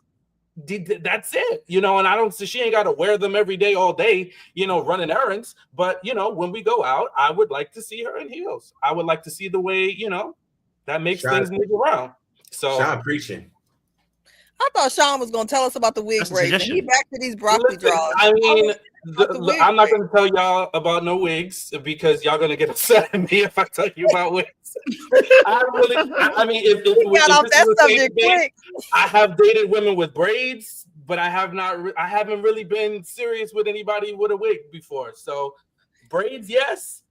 A weave, yes. Braids. A wig, no. I just haven't. But would I care if she had one and took it off? No. Because that's part of who she is. So it wouldn't disturb me, but I don't have no anecdotal story to tell y'all about me snatching a woman's wig off because I haven't done it. But that's my set. That's But a that new, goes that's back a to new our level point. unlocked. That's a new level unlocked. You're going to have to unlock that level. Hey, I'm open to new things. But I guess that's what goes. But that goes back on to what we're saying, which is that you like the person. There's some level of investment. Madison didn't like him. Listen, no matter how much she performed on that wedding day and kissed him up and everything like that, that change from there to the bedroom because of broccoli boxers was nothing to do with the boxers. She did not like him, and she has to be honest about that. Because I'm just now, we could be at a wedding day that day, and I like you and I fancy you, and you go and whip up that wig, and I see the cornrows or the braids underneath it. I'm gonna still like you because I find you attractive. The issue is usually that there's an attraction issue. It is not the broccoli boxes. When I said Mufasa was wearing broccoli boxes, it was like you said, Sean. It would start a trend, right? Mufasa was dancing almost. Let me tell you, the way he was dancing, some of you would say that niggas were sassy, but because it's Mufasa and he put his hands in his lap, like, oh, it's Mufasa. The girls are like, yes, yes, yes, but would call other Negroes sassy for the fact they put their hands in their lap and were dancing like this. So it's clear to see that when you find someone attractive, you make exceptions for everything that you would see about that person. It's normal human being interaction. Men and women do this thing. So I'm not against it. I just think we just need to be real about it. There are, like you said, Sean, there are certain things where, let's say, for instance, I love braids. You know what I'm saying? And I can make a suggestion that, you know what, I would love to see you in braids, but I like you already. Now, of course, there may be some other things where we may say, okay, that the quality of that might not be. Like, for instance, I'm not a big fan of wigs, but it's only bad wigs I'm not a fan of. So if you got a good wig, I'm a fan of it. So I may have to be like, hey, babe, listen, you want? I'm willing to contribute. Let's get a good wig. You know what I'm saying to you? Because I know, yeah, I might have to say that, but I already like you. Do you know what I'm saying to you? So it's very different to the broccoli boxers. Someone can say to you they don't like the broccoli boxers, or they may even tell me they don't like my Pikachu onesie, right? And I'll say, hey, I hear it. I'm still going to wear it. Do you know why? Because whenever you let someone tell you what to do, women get turned off in the long run. I'm just going to tell you the truth. So I personally, I'm not going to let you tell me what to do. If I like my Pikachu onesie, I'm going to wear my Pikachu onesie. I'm comfortable and I'm at home. If we're outside, now that's a different situation. I understand about optics, outside being thing. There's certain things I wouldn't necessarily do. But when I'm in my home, I'm in my castle, I'm going to wear my onesie. You better accept it or leave it alone because I'm going to be comfortable. You know what I'm saying to you? You too, take off your wig. I don't mind it. You know what I'm saying? I want to see some braids. I want to see a little something underneath there. You know what I'm saying? It's beautiful. I love it. Any other thoughts on this? We appreciate that, Kojo. I would want to say that I don't know if this was her thing, because I do think Madison is full of crap. But if I saw a man in a broccoli drawers or anything that reminds me of a child, you may traumatize me, because I did see one time before I got married, like a guy had like a very childish like boxers that remind me of like a child. And I had like the ick from there on out. I can't tell you why. And it wasn't because I didn't originally like him. I just felt like the draws made me feel like he was a child, and it disturbed me. So maybe the broccoli underwear really did disturb her. I mean, I don't know. I don't think that's the only thing, but sometimes people are weird about that type of stuff. Like, I don't know. Also, but thank you for she just don't like that man, unfortunately. That's true, but to Kojo, you just a little bit of a contradiction, because you said, all right, I'll wear my onesie or whatever you love to wear inside the house, but you like when we go outside, I understand optics. Why is that not the same thing for their first night in the bedroom, for him to not be wearing broccoli underwear? Why don't we understand the optics there? Everything's contextual. When I'm within my home, the safety of outside is the safety of inside is my home. It is the safety of the context of this environment that I'm going to be living in for the next however many years. Outside is very different. You get what I'm saying to you? When you're in your home, the safety is that this is my safe space. If I cannot be myself inside the home, then where can I be safest and be myself? You know what I'm saying to you? So for me personally, I understand it's like when we go to work, you're forced to wear particular corporate wear. You have to wear corporate wear. You ain't got a choice. You want to come and dress down? You're going to get told to go back home. You know what I'm saying to you? Like, you haven't got a choice in that space. But in my home, I have a choice to be me. And I want you to have a choice to be you. Imagine that you come home, and I'm telling you that every time you're in the house, make sure you wear makeup and make sure your hair is always done. Now, you know what I'm saying to you? After a while, you go and feel some type of way. You know what I mean? It's your own home that you can't even feel like you can just dress down. And I'm saying to you every time, I'm like, well, you're in your pajamas. You should be wearing your top ended clothes in the house. You can't feel safe to be in your home. So if I can't be safe in that bedroom and wear some broccoli boxers, you know what I'm saying to you? Where can I be safe to be me? Where can I be safe, people? You got to ease in the ugly, though, Kojo. You gotta ease in, because even with Camille with that effing Mumu, I mean, like, that really pissed me off. Like, I'm just trying to think back. I didn't just come out the gate with the basketball shorts and the straight back gel braids and the whatever. Like, that's not how I came in the door. I didn't come in the door with the gel braids. Now you with the gel braids now, with the whatever, and the basketball shorts and the muumuu. It's like, let somebody get to know you first. I'm sorry. And that goes across the board. I don't want to see your broccoli draws, and I don't think you should have to. You can take the wig off now. Be comfortable. Don't cut the circulation off, but maybe you do a nice little silk scarf for the first day. Just ease into it. That's all I'm saying. See, wait, you don't sound like a safe space. Huh? You don't sound like a safe space. What you talking about? Well, ease. Nah, no, sorry. No, don't do that. No, that's not what it is. That's not what it is. No man has provided that safe space for her to feel that comfortable with being that raw with them. That's what it is. Yeah. And I'm with you. I love a good silk scarf. A bonnet. You wear a nice little bonnet with the little frills around the headband. I'm good with that. Take care of yourself. I get it. So what you guys are talking about is personal preferences. This is what I'm trying to say to you. So that's why I said that you have to understand that it's not about the timing. It's a personal preference. What Seaway explained was something that triggers her, which is fair. And that I may never know that, but that's a trigger for her. And to be honest, she ain't gonna probably get triggered in 6 months' time if I bring out the broccoli boxes anyway. So it's not gonna change because the trigger is still the trigger. Do you know what I'm saying to you? Like, so it's about personal preference. That's what I'm saying. Each individual person must work with who they're working with, because for me personally, I'm gonna be me. Something about me is that I'm always gonna be me. So if you like me, know that I'm gonna be me. I am not trying to change so you can feel comfortable. I want to be me. You know what I'm saying to you? I don't mind suggestions. I don't mind also, hey, babe, have you tried a shirt? I don't mind those things. But when I'm in my own home, this particular place, when you start dating me, you should know that it's a safe space for me. I'm going to be me. And you should be you. But I understand for some people like Sean, I know that he likes heels. That's going to be his thing. You know, everyone has their thing that they like, you know? So I think it's just a case of conversation. Like if Siwe has said like, oh, she gets triggered by those kind of boxes, I would hope that she would have a conversation with me. And then I can be like, you know what? It's not a big deal. I can change those boxes. I won't wear those boxes if you're triggered by it because I care about you. Do you see what I'm saying to you? I don't have to wear those boxes. It's not going to be a change of my whole entire life because it's been explained that this is something that triggers you. I think that's important for someone said heels in the house. But it is like when you come to your first date in flats, I'm sorry, call me particular. I'll be particular with Sean. But if you come to our first dinner date in flats, I'm gonna take that as you don't give a F. I'm gonna take that as you don't care. I did. Unless you're telling me you got a broken toe or something. LC, you are outlier. I did it. At the church house. I love a sexy flat, especially in Ghana. The flats are working. I can't lie to you. I forget heel. I want to see a sexy flat. That's different. Yeah, I think the that lady you was posted up with on IG looking all good all across your timeline ain't have on a flat. Right in the motherland. Listen, but the other girls I've been I ain't with, see a sexy flat on your timeline. Well, make sure you take a picture of it. I can see a cream heel. I mean, a sexy. Okay, but Kojo, now you being like Easton, being a little disingenuous. You in Ghana in the warm weather. I'm assuming is it. Well, let me not act like I'm gonna sound ignorant. How are the roads? How does it walking around? Like as a person that partially lives in Ghana, okay? No, you are not. I do have everywhere, Latoya. Good Lord. You do wear the heels, but Ghana gives different energy though. Like Ghana no, seriously, what are y'all talking about? Like I do. You transcontinental, LA, Chicago, Ghana. I do live between 3 countries, but that's a different conversation. But I like it.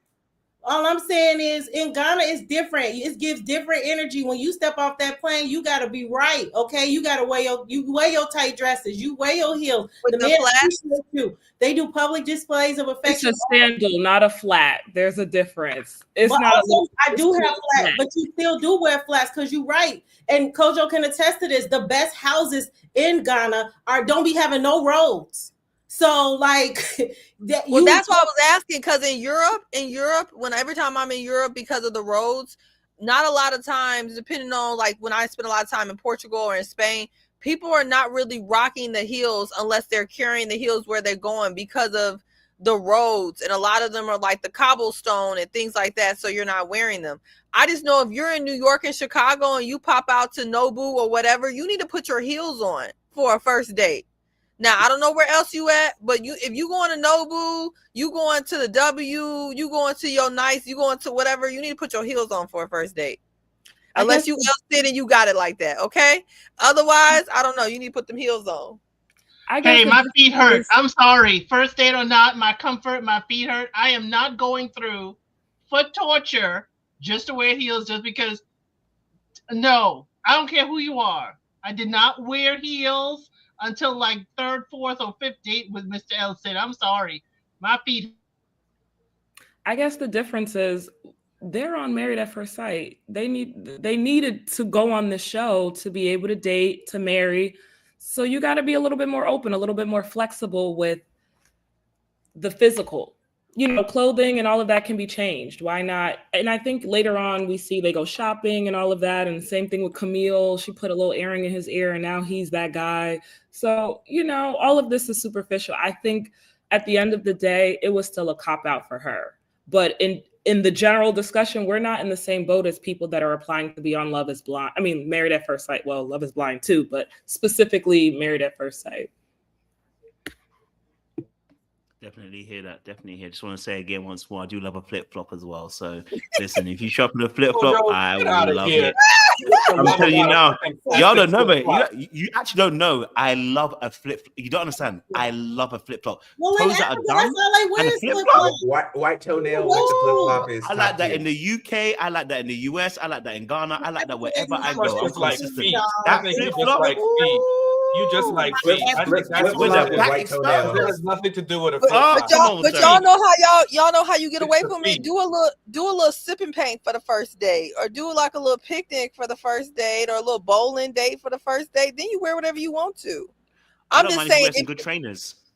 Right, but I'm just saying if the date requires you to step and you not stepping, That's Right. all I'm saying. Now, not everybody wants to step. If you don't want to step, then you just wear what you want. But Seaway said she likes Listen. $200 dinners. That No, birthday if the listen. got day me 200 requires or me to less. step, A I'm flip-flop, stepping. That's all I say. If the day Listen. requires me to be Gladiator chill, I'm chill. sandals. Let me see some. Let me see some toes. Let me see the back of the foot. Oh wow, Yeah, yeah, that's what it is, they can't be Kojo. crusty. They can't be crusty. Okay. It's not about Listen. it's not about the shoe, Kojo. I think you just like, women with pretty feet because Yeah. they get to Hey. showcase it in a flip flop or some type of sandal. It's not about they could be barefoot and you would just be pleased. So, Absolutely. yeah, Yes. yeah. It's about the Ain't no feet, wrong with that. not the Ain't no shoes. wrong with that. Listen, But everything Kojo, is you situational. love women. You love women. You enjoy. Not saying that other people don't, but I think you really appreciate women, and so you African try to. woman. Yeah, so you're trying to support that. That's what I just know, that's not everybody who is just into like the man. all natural. Some people really like, I don't know how to put Made it. up. Just Made up and done yeah, up. just a little bit more made. Not in every setting, but you know how like you just need to be aligned. Like if you're just the type of dude who like you want a girl to step when you have a nice event and you show up with flats, then maybe that's not the dude for you.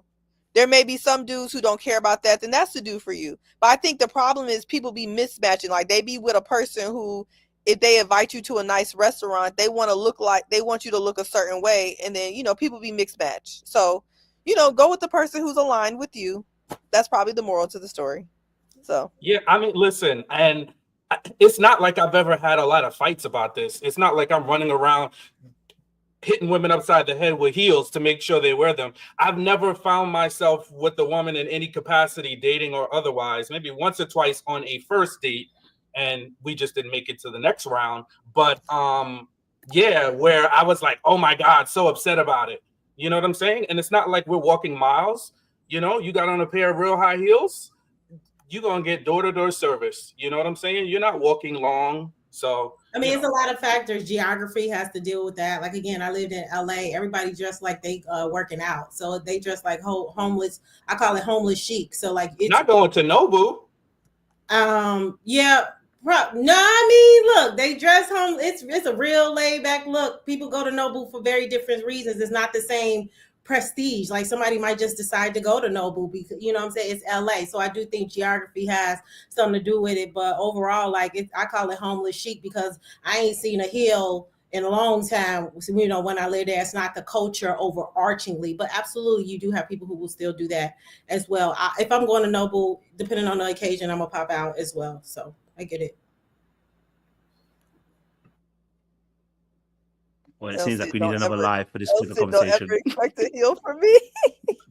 Elsie, you're also tall, and Jay is also tall, so you guys can really do it. I have heels. I used to rock heels. Not, I used to carry my bag, put the heel in the bag, and then show up and change my footwear. Yeah, but that's just too much. I'm sorry. Let me stay flat. Let me stay with my feet on the ground and my head not in the clouds.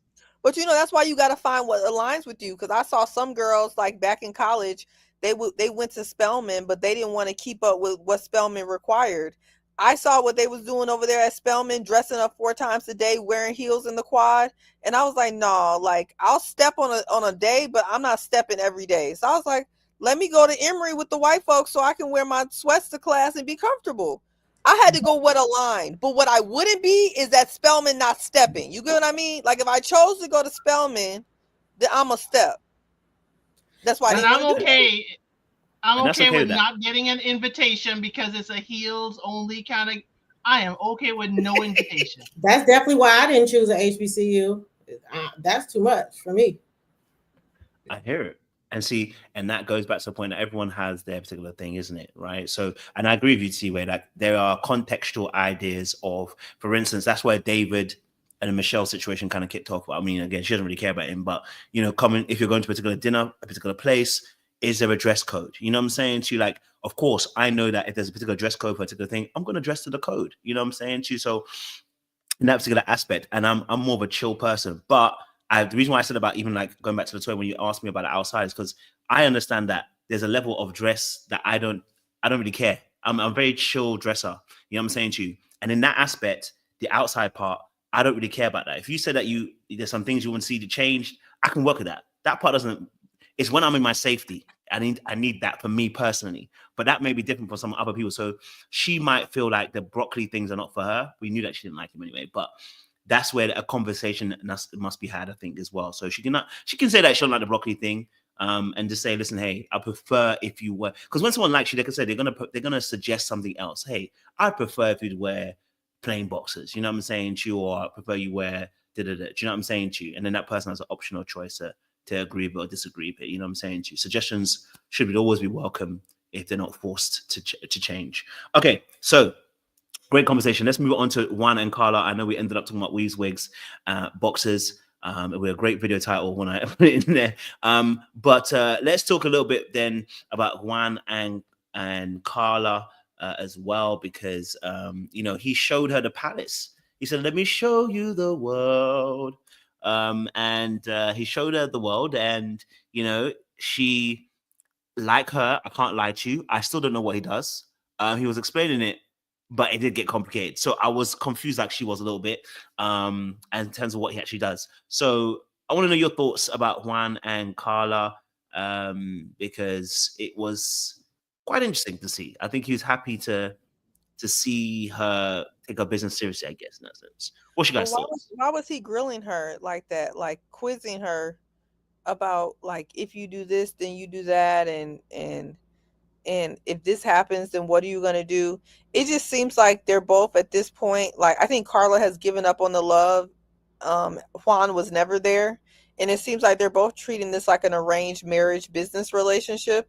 I guess if that works for them, fine, but Juan just doesn't seem like he's attracted to women. And I'm not saying what he's attracted to, I don't know, but he just doesn't seem like he's interested in women. Well, Karla ain't got no job. Karla ain't got no place to stay. Karla ain't got no plan for her business. Karla ain't really ready for marriage either. Now, Juan is definitely not the nicest guy in the world, but if we keeping it real, you ain't got no job. You ain't got nowhere to stay. You ain't got no plan for your life and your future. Nah, that's a red flag. The basement was a red flag. Karla's storage was a red flag. If we keeping it real, I think Juan needs a particular woman because he wants to live a particular lifestyle. And like I think Kojo mentioned before, he wants his wife to support him in his business endeavors. But Karla ain't got no job. Karla ain't got nowhere to stay. Karla ain't got no plan. What we doing? Like, I ain't saying Juan is perfect because I don't know what Juan does either. But at least we know Juan got a job. We know Juan got somewhere to stay. We know Juan got a plan. But Karla ain't got no job. Karla ain't got no place to stay. She ain't got no plan. Oh Lord, we got it.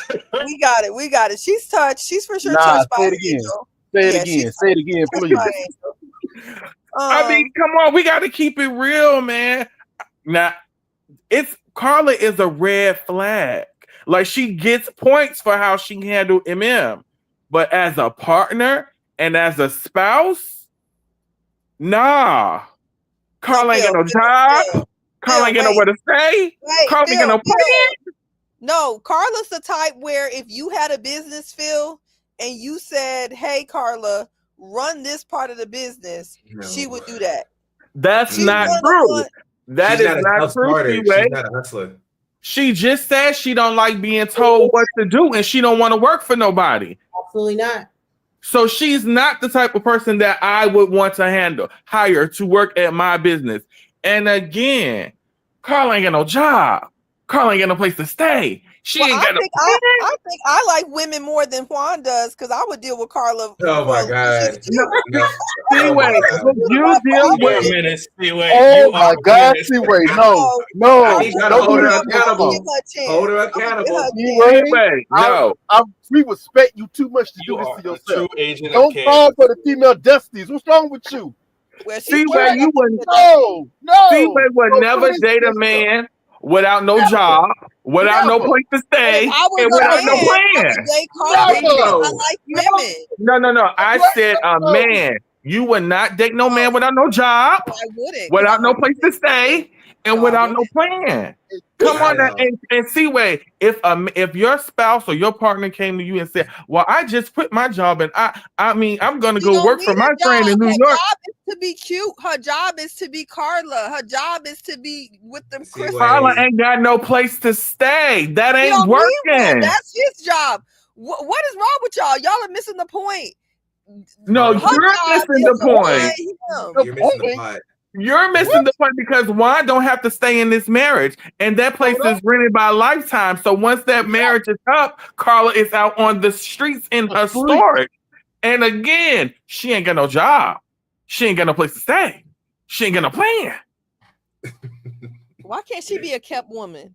Why not? Look, Because the man she's married to don't want to keep her. he's from Exactly. Colombia. His mom Exactly. supported his dad. He has a specific archetype of woman that he likes, and Karla wants to be arm candy. Plus, she threw Juan off the tracks when she was getting all sexual and talking about the magic stick and all that and the bus ride. That embarrassed that man entirely. So I think he would have gave Karla a really honest shot in the beginning, but from there, then also leading into she's an entrepreneur but has no hustle to herself. Like she's a liability.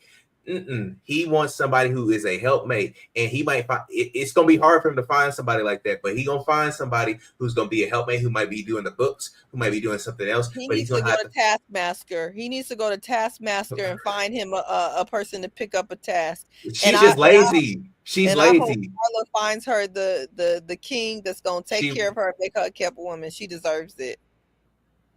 Karla will. Based on what? Based on what? Why does she deserve to be kept? Sprinkle, sprinkle. Why does Karla deserve to be a kept woman? Latoya next. Go for it. Because that's what she wants. Okay. All right. Because this is the couple that I really wanted to talk about. This was my featured couple, right? I think I really liked Karla this episode. Now, here's what I will say. As far as a managing partner, from my understanding, what I looked up is a person who decides to come in to help someone run their business, but they also put owners, they invest in it. So when he was just like, this my business partner, he was acknowledging probably the person who started this business, and then he's the managing partner who runs the daily operations, which also makes sense why he's so tough on her about entrepreneurship, because his literal job is about the business operations. So of course, not only like is that his job, is something he's interested in. So now I understand why he's talking about this so much. The other thing is that, okay, so Karla, all right, yeah, entrepreneur. Easton, you said it perfect. Entrepreneur with no hustle. And I even hesitate to say entrepreneur because that girl ain't an entrepreneur. She's a wannabe, but with no type of game plan, no type of wherewithal to even start it. It's like, oh yeah, she looks at hairstylists as like, yeah, I can, like it is a trade, but if you really want to make this a business, it's a certain type of energy that you have to have. So I just think like it's just two separate things happening right here. This is literally his world that he lives in, and he thrives in that, talking about it and all of that. And girl just like don't know which way to go, even if he's sitting there telling her, because you could tell she ain't did no type of search to even start the process of becoming a business. So that's that. But again, Karla continuously shows that if she just does take herself seriously, her $1 million business is actually right there sitting in her face. The way she has navigated every situation around mindfulness and wellness, she actually has done a better job. So I think that if she just took it seriously, she could go out here and get mad contracts, because she has literally used clips from the show to prove what she does. Her niche could be, I think they Puerto Rican or something like that. Like her niche could be the Puerto Rican sector, everything, but her money is right there. What I did not like about him, because he does not respect her so much because of how she shows up in her career and just her Zen lifestyle, is when they were having lunch at by the water, and he was like just saying like So this job in New York, like, so is it confirmed? Is it good? Like, what's happening? Blah, blah, blah. Like, I get it, but also as a person who's like a kind of the entrepreneur on like, and what I mean by that, again, we talked about this a while ago, like not on the tech side, I'm more on the art side with my work. To his point, like if you don't have the gig, like if it's not confirmed, then you don't have the gig. So there's no point in being like, oh yeah, I got this opportunity in New York. Like I got a call today about a gig in New York in a couple of weeks, but it don't matter because we haven't confirmed it. They haven't sent me a deal memo, so it doesn't matter to me. But when they do, then the gig is real. But I don't appreciate him still coming at her like that because, bro, we got different, like our jobs, even in entrepreneurship, are different. But because she didn't have any experience doing that, she couldn't really push back on him like, you know, this is how this go, blah, blah, blah. This is kind of feel. So that's where she just messes up. But the minute she takes herself seriously, her money is right there. It's just that I don't think she has a clue as to what to do. And the way Juan does it, he does it in a condescending way. And it does not make her want to be open to learning as well. So that's, I can't stand him now because after that dinner and how he behaved, I knew there was something about him I really didn't like, but after the episode a few days ago, I just don't like him at all as a person. I don't know what type of woman he really wants and what he expects her role to be, but I just don't think you're going to get any rest with him. That's just me. I just wanted to make one quick statement. And another reason why Karla can't be no Catwoman, because Juan ain't got no money himself. He's still trying to pick his businesses up off the ground. If you want to be real about it, it's not his business. It's the partner's business. And he came in to manage it and he invested. If we really want to be clear about what a managing partner is, that is what is happening. And I'm with you on that, but he has an income coming through. And again, Karla ain't got no job, Karla ain't got no plan, and she ain't got no place to stay.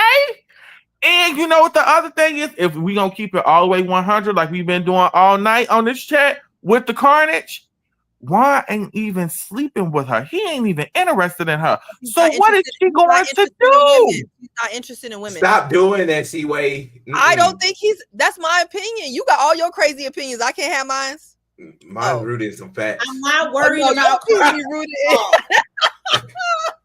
not worried And your about active facts, just like that warehouse Juan took Karla to for their anniversary. But Phil, they want to know why you haven't referenced Karla as whack because you're too busy on your 3-point analysis. Okay, so Karla doesn't get whacked tonight because she was there for MM in a mature, dignified way, and I really appreciated that. I am a person who, if y'all can't tell, I can kind of lose it and go off the deep end. So I may need somebody to say, hey, yo, let me take you outside. Let me holler at you real quick. Run with me to this bathroom. Let's walk to this parking lot real quick. So I really did appreciate Karla taking MM out that situation so she wouldn't get that character of an angry black woman. I appreciated that out of Karla. I really, truly did. I thought Karla was a star. That's literally her business. No. Latoya. I hear you, and you're absolutely correct, but that's your business for Karla. Karla still ain't got no plan, no job, and she ain't got no place to stay. And Juan ain't got no money. Well, we appreciate the grace for Karla. Thank you, Phil. You want to hit us with the 3-point analysis one more time? Run it back. Just one more time. Karla ain't got no job. Karla ain't got no place to stay. And Karla ain't got no plan. Yo, Karla is a triple negative. Liability. Y'all would never take a man. Y'all would never take a man on one of these shows. At least David has a place to stay. It may be the basement, but it's a place to stay. Give me 1 second. Give me 1 second, C-Way, and I'm gonna let you answer your question. David has a job. He came on his lunch break. David has a plan. The friends and family say he can buy himself a house. The plan is shaky, though, Phil. Sorry. It's shaky, but at least he got 2 out of 3. He got concepts of the odds are in his favor. Yes, ma'am, C-Way. How may I help you tonight? Thank you. My question is that I thought, and you guys correct me if I'm wrong, if a woman hits the genetic lottery, that means she's petite. You know, I'm just going by European beauty standards here because that's the environment that we're living in. She's petite, she's pretty, she has all the things, right? Doesn't that supposedly give you the lottery of being a kept woman if you want to explore that option? I thought that was part of the thing that you get. Okay. You ready? Are you ready? Trey, you want to go first, or you want me to take it? Because it's one quick answer. The answer to that, guess what, C-Way? You still cannot be a liability. Because even a rich man that wants a kept woman, she can't be a liability to his life because she's going to cost you more than what she's going to provide for you. No. Karla is a no. Okay, so she could be a net zero. She just can't be a net negative. And she doesn't add value at all. It's not about that. She doesn't add value at all. Men, you can, but it's not like how you're saying it, Trey. What I'm saying is if she brought something to the table that, you know, if they could sit down and strategize together, right? Help problem solve or whatever. She up there just want to be zen and like, yeah, well, I don't really know. Like, that's not valuable. That's not cool. That's the point. I would accept that, Latoya. I would accept that. She literally is bringing no value. Even when he's questioning her, hey, you could do this, or why didn't you look at this, or whatever, she's just looking placid like she's high. Oh, okay, you know, I didn't think about that. No, it's a no. It's a no. I disagree slightly with that, Trey, and the reason why I disagree with that is because there are plenty of billionaires and millionaires with kept women and that are huge liabilities that, you know, are net negatives in all the way through. The problem is that Juan probably wants somebody who's a lot more submissive and probably is going to take the seat back and is quiet. And Karla is too much in the front and she has too much of an attitude, or she'll be a little bit too spicy for what Juan wants. He wants somebody, do the books, be quiet, have some kids, everything is kosher and cool. I don't think that's right, but hey, that's what he wants. That's what he wants. Right. No, and Easton, I'm glad that you said that because you're my point, and I fully understand that Juan does not want Karla. I think everybody in the chat and hearing the sound of your voice and my voice knows that, right? Like Juan does not want Karla. Juan wants somebody he can find on Taskmasters on top of somebody that he can have run his business and do whatever business that he does have. I'm just saying that I feel like Karla gonna be just fine because she gonna go from here and she's gonna find a man that will keep her because that's what she wants to do. She wants to be kept and do her little pebbles, her zen, and her this and that, and good for her.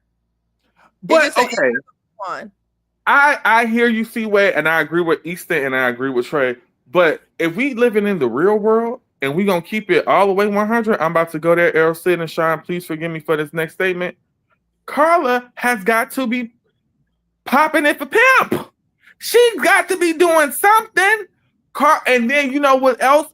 Juan ain't forgave Karla for letting him go out there with that plastic bag. 2, he doesn't respect Karla because Karla don't have a plan. I think if Karla had a solid plan, a vision, like the type of woman Juan wants, he wants a go-getter. He wants a hustler. He wants somebody to say, hey, let's do X, Y, and Z. Karla is floating on fairy dust and sound bowls, and she's giving sound baths, and she's curling the little hair on the side, and then she quitting because y'all done made her mad on a Thursday because she want to pick up her green juice on the Friday. He don't respect her. Karla, I'm sorry, Karla is Kojo used the word, and I'm gonna have to agree. Karla is a dusty. She is a dusty. How is she a liability? The chat is asking. I have yet to hear it, actually. She ain't got no job. She ain't got no money. She ain't got no plan. And Juan ain't got no money either. What is she? And then you know what else? Karla didn't even try to hold him down. Karla is also very vindictive. Like Karla said, you don't put me in a corner. You don't forget about me. Yo, Karla is a liability, man. You ain't got no plan. You ain't got no job. You ain't got nowhere to stay. What happens if I get on hard times until we make it? How you gonna hold me down? Karla don't even know what the man does, and she didn't even seem interested in trying to learn either. Because see, you got to stroke Juan's ego. Men like Juan, you got to stroke their ego. And she ain't stroking nothing. Oh, baby, you're a liability. And that's why she won't be a kept woman. Let me say something. That's the crazy part. Like you want to be a kept woman, but you can't stroke that. But let me say this, because I think also, and I don't want to make assumptions, but I just really saw what it looked like to be kept about a month ago. And I actually wrote about this. I said, I don't think people know what it looked like, what it means to actually be kept, and what it actually looks like to be a provider. I stayed at a house of a couple for like 3 days because like the heat was going crazy where I'm at. Or lack of heat. And the one person went to work, made the money, all of that. The other person, I was able to wake up. There was coffee there. They cooked all day. They had their little garden. Like all day, I was just taken care of. When the partner came home, dinner was served. Okay. Do you think that person ever washed a dish, ever prepared anything? I never saw them do anything like that. We had dinner. We kicked it for a second, watched some Jeopardy. They was in bed by 8:30 p.m., 9 o'clock to wake up again and do the exact same thing. And that's when I really... Who was watching the dish?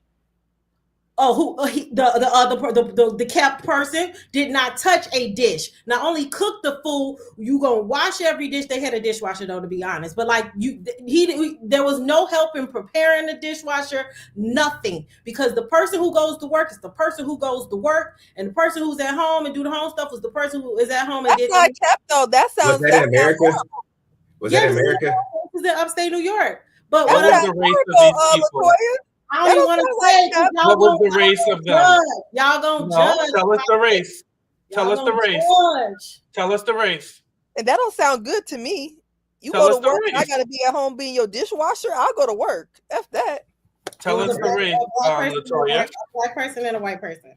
Oh, okay. Sounds about white. The black person was the one that went to work and had the job, but to the point of what you still came home cleaning dishes for the colonizer. No, he didn't. No, don't do nothing. He don't do nothing but go to work, come home, dinner is ready. Like, don't touch a dish. And the white woman he play in the NFL? No, he just got a really good job. And the white woman is the slaving at the house. It wasn't a woman. No, that's not slaving, because they enjoy their work. Like they grew up on a farm. Like they like the going in the garden. Everything we made pickles. So they just had traditional. They had a traditional roles where he went out to work and the other person did the dishes and the cleaning and the cooking at home. Well, what I'm saying that to say is that a lot of times when we say, oh, we want to be kept or we want a provider, I'm saying this for women, we still be feeling like we got to assume these other duties to feel like worthy and stuff. And to Seaway's point is what I'm trying to say is that like she can get a man where she can be kept. But the one thing I'm going to agree with Easton and Trey on is that any moment, if that man could not work, that other person is prepared to go and get work. Like they got credentials themselves. They just at home because they ain't got to go to work. She's lazy. So that's Karla ain't got no job. Karla ain't got no plan. She got no credentials. Karla ain't got no place to stay. I'm sorry, y'all. Come on now. Okay. Let me give y'all a quick story. That's not kept. I just want to clarify. Kept to me is not when you're doing the manual labor in the home and one person is working. Kept really is that you don't have to pay your bills and then you also don't have to do the manual labor. I get what you're saying. That's hired. No, I get that's really what kept woman is. She doesn't do anything. She doesn't do nothing. She doesn't do nothing.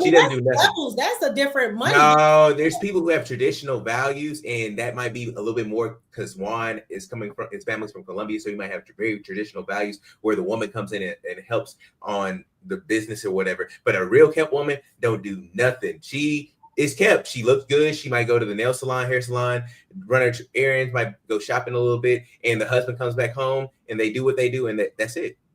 Like, yeah, because what you described is actually a lot of labor. I mean, yeah, it's like I think people minimize like all that stuff in the house, but That's a lot of labor to keep up, especially when that's your sole responsibility. Because when there's two working people, usually you divide the household labor. You know what I mean? I didn't really see them cleaning like that, I'm gonna be honest. But also I'm gonna say that this person was very happy with what they were doing. But Karla ain't doing none of that, and she ain't got no job, she ain't got no plan, and she ain't got nowhere to stay. Like, that's the thing. Well, Phil, give her some place to stay. We came so She hard on. ain't married to me. She's not married to me, and we don't live in La La Land. And the other issue is Karla and Juan have fundamental differences. Karla wants to live a certain kind of lifestyle, and Juan is wanting to live a very strict, by the book, you know, a type A personality. They on two different wavelengths. And Juan still ain't got no money. I'm gonna back up off of Karla and I'm gonna get on Juan. Juan can't support two people. Don't he live in that apartment with his cousin? Somebody got to help subsidize the rent. So this lifestyle that she wants to live, and I hope she gets everything she wants in life. But with the brother we call Juan, with the bald spot, the former model from Colombia, my man ain't got it. And that's what we got to keep it real with. We all want to live, in my mind, I am Will Smith, in my mind. But in reality, I'm Phil over here and I got to go to work. So Karla needs to come up with something. And she's not the nicest. We don't see any passion. Yo, if she wants a man like that, you got to stroke their egos. I used to live in Atlanta, the land of fake and honey. When them girls come stepping out, as you say, C-Way, they dress down, wigs on point, bodies is bodying, toes is toesing. They smiling and grinning all up on you. They making you feel real good. They doing whatever they got to do to get what they want. For the scammers, though. For the scammers, but Karla ain't even doing that. You don't think Karla peeped the fact that Juan is actually a Dusty? To me, I feel like we're looking past this. I think Karla knows that Juan ain't got no money. That's why she don't give a. She should recognize what she is. She should recognize a Dusty when she look in the mirror. Well, I think a Dusty knows a Dusty, and I think she knows she's looking at one. I don't think Juan ain't a Dusty. Y'all can't call Juan a Dusty because he's part of a startup. He has another job. No, y'all ain't gonna call him man a Dusty. Juan ain't a Dusty, but he's not able to provide for him. But Karla is still the red flag, C-Way. I'm sorry. You would never tell a woman to get with a man like Karla. Y'all had smoke for David. Yeah, you would never tell him to do stuff like that. You would never tell a woman to get with a man that just quit her job, that does not have a place to stay, and that does not have a plan. You would never tell a woman to get with a man like that. That would be a red flag, especially in the beginning processes of our marriage. You don't have what are you offering to me? Because you barely even like me. You said I'm like your cousin. So you ain't finding me sexually attractive. So what are you really providing me in this relationship? The problem is she's not ambitious. She's not an ambitious woman. And for people who are not ambitious, you need to learn how to work with people. And so the problem is, she don't look like she's struggling for like where she gonna live and all of that. And she does have a trade. She could do her trade anywhere. The problem is she lacks ambition, and that's just unattractive to people who like ambitious people. That's very fair. Again, Latoya, you would never tell a man that. You would never tell a woman to get with a man that lacks ambition. Oh, but that's a different dynamic, though. She's still Dusty. Elsid, I haven't heard from Elsid. I haven't heard from Jenny. Let's them jump in as well. Elsid, then Jenny. I understand what y'all are saying. I understand what you're saying about Karla, Juan. On the side of Juan, I think Juan wants what his parents had. They built a business together, and that's what Juan wants. Juan wants the family business model with husband and wife working on the business. So Karla ain't it. Karla ain't it. I mean, the experts saw entrepreneur, and they thought, but Karla is not it. For Karla, you want to be kept? where have you seen a groom on maths that can keep? Where have you seen the wealthy man groom coming on maths keeping a bride?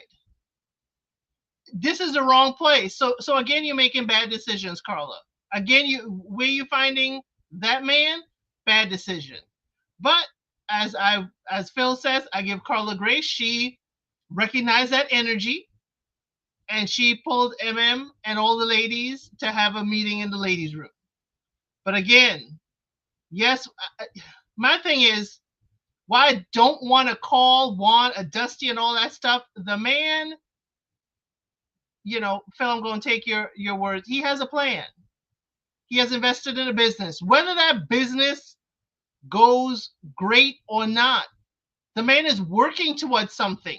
So the whole Dusty thing, when this is a man who has some ambition, he's funneling into a business, he's trying to do something, and to call him a Dusty, it doesn't sit well with me, because then it's like, the man is trying. I mean, come on. There's a plan. There are men out here not even trying to get a job. And Juan, to me, is overextending himself, but he is trying to get to a certain level. That's it. That's why I won't do it. Calling him.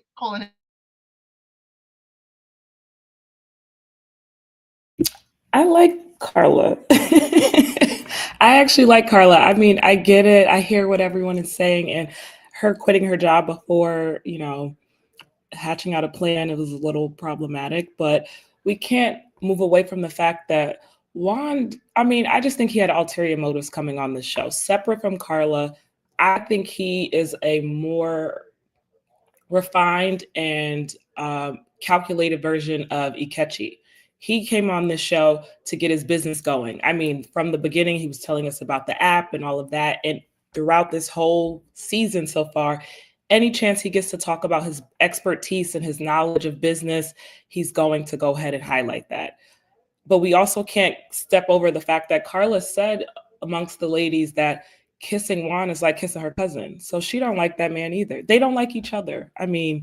So he was never going to keep her, and she was laughing in his face while he was trying to explain what he does for a living. So I will say that I think Juan is going the route of just hearing her out and allowing her to hang herself, in the sense that he now has a bunch of reasons why he can't stay married to her.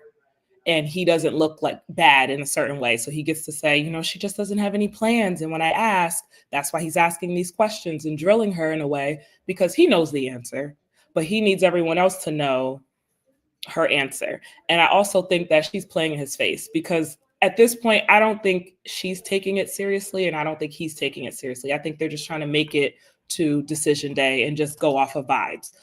Juan is going to tell everyone, just stay positive, he's going to say that if he don't say nothing else, just stay positive, because he don't like his wife, and he's just here to get camera time and hopefully plug his business. He might come on here wearing a shirt with his website on it one day. Maybe we'll see it. But Karla, she doesn't like him. She even said at the dinner, when asked about the relationship, they both said, we chilling, we good. And Karla said, as for me, I feel proud as to where I am. So that was a very clear distinction of separating herself. And Juan did the same thing when they were at their 1 month picnic. He basically told, the cameras, he said, I'll be interested to see how Karla's life turns out. AKA, I'm not going to be there. It's not our life. That's her thing. I'll see her on the Facebook and on the Instagram and maybe on LinkedIn. That's pretty much what he was saying. So it's the kept thing. I see what Karla's trying to do. I think she, with wanting to be a kept woman, I think she has to maybe approach it in a different way. Like y'all said, being a liability isn't the best route. When he asked, what's the direction? She said, I am the direction. Those answers are cute, but we need more of a plan. And maybe that's just something she doesn't want to discuss on camera, because personally, I wouldn't be discussing my rates and where I'll be at a certain date and time in the future, so people could be looking for me. That's, to me, too much business on this international platform. But yeah, they're not going to make it. I thought they were attractive people separately, but bringing them together, they both said they've never dated anyone in the Latin community or Hispanic community. So both of them wanted a white person, and now they're just trying to figure it out. And I think they've at least they're both, I guess, mature enough to understand that they're just going to go off of vibes until decision day. And they're both going to respectfully say no and keep it moving. I love that. Who hasn't spoken on this subject? Everyone's spoken on it? Sean, haven't spoken on it? Go for it, Sean. Not officially, but you know, I'm usually a Karla advocate, and it doesn't mean that I'm not, but I do think that this episode that we saw here, she's just a little, she's on the flighty side. And I think that's what could be challenging in a relationship, especially with someone that you're just getting to know. And, this can work with the right person if they've already agreed upon certain things from a financial aspect, but that's not Karla and Juan. So I'm going to have to lean into, similar to what Jenny says, I don't think she likes him. I definitely don't. I know he doesn't like her. I think she's just kind of going through the motions and just doing her own thing. And if that's what she's doing, it's still not a good choice, because she's not going to have a place to stay, as Phil reminds us, and she might not have a job depending on what works. I don't know what her plan is, so sounds like she might not have one of those either. So I think that, and if she has one, it's a poor plan. So if she's already not planning to be with Juan, but has no real plan about what her future is going to be outside of this maths process, I don't think that is the best way to operate. I think she really needs to do a better job of communicating with Juan, perhaps off camera, about what her plans are, how she's moving forward, if she has them, because what she's doing right now is not good. But at the end of the day, I think that these two are not, they're not a match. They're not meant to be together. They don't like each other. There is no chemistry.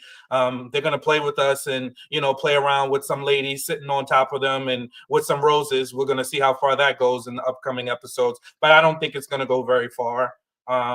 These just are two people that they're not aligned. They don't think the same. And I don't even think, as I land, I don't even think Karla wants to be truly kept, because when you even saw her have the conversation with Juan's parents, who was drilling her to the high heavens, she was like, I don't mind, because I might live in a hut and, and I'll be fine with that. So she's not necessarily, a gold digger.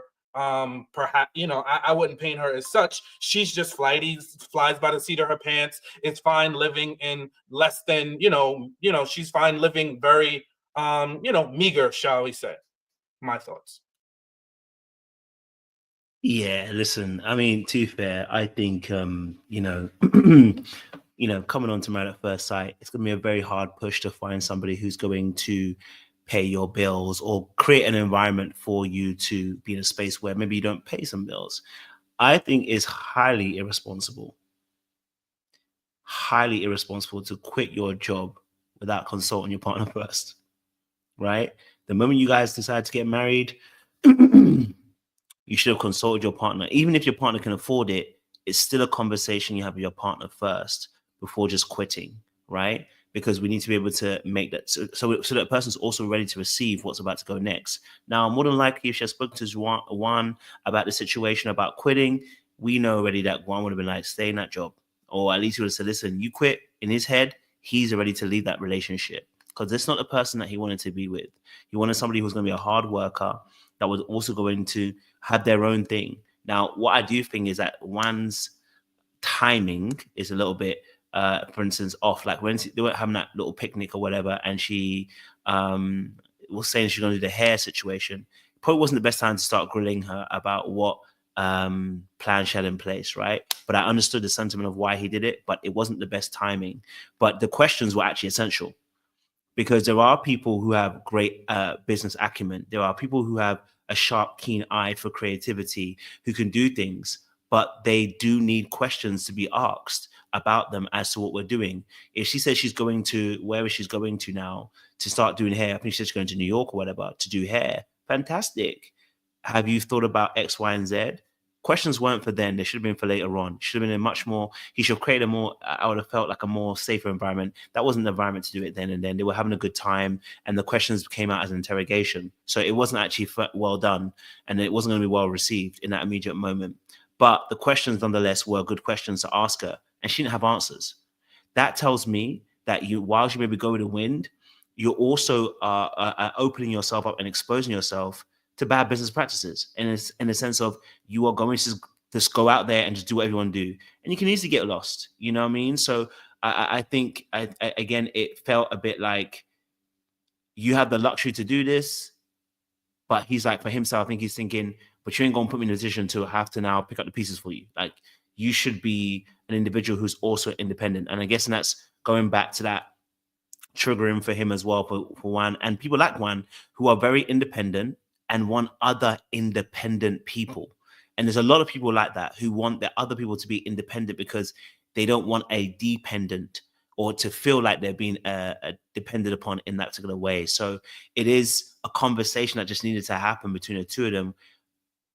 I don't know, maybe KARLA is playing in Juan's face. Maybe KARLA's just being a person who just wants to wind him up. I don't know. I didn't really see that.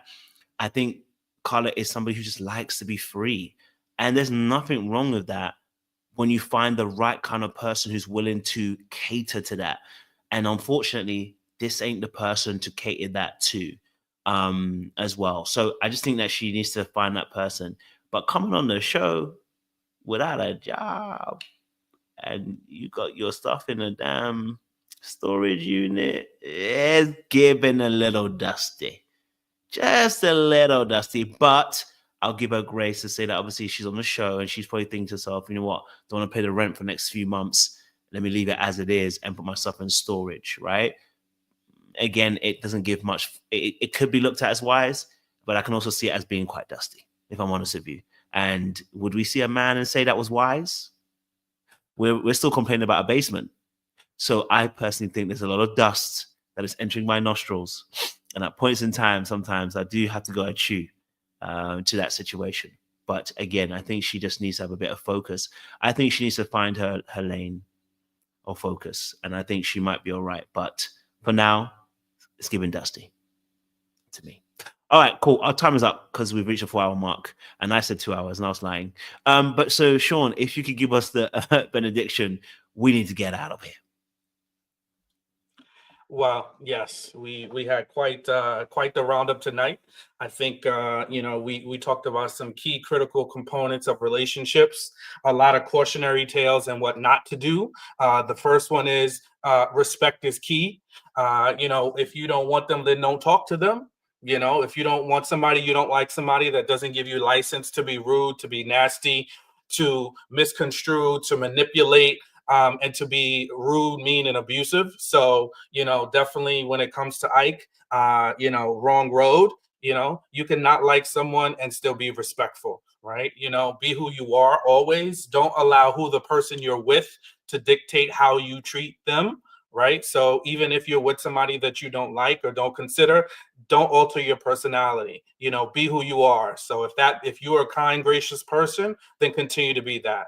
But don't let somebody's behavior dictate how you treat them. And then also in a relationship, please read the warning signs. So often we see them along the road. Yellow means be ready to stop, and red means stop.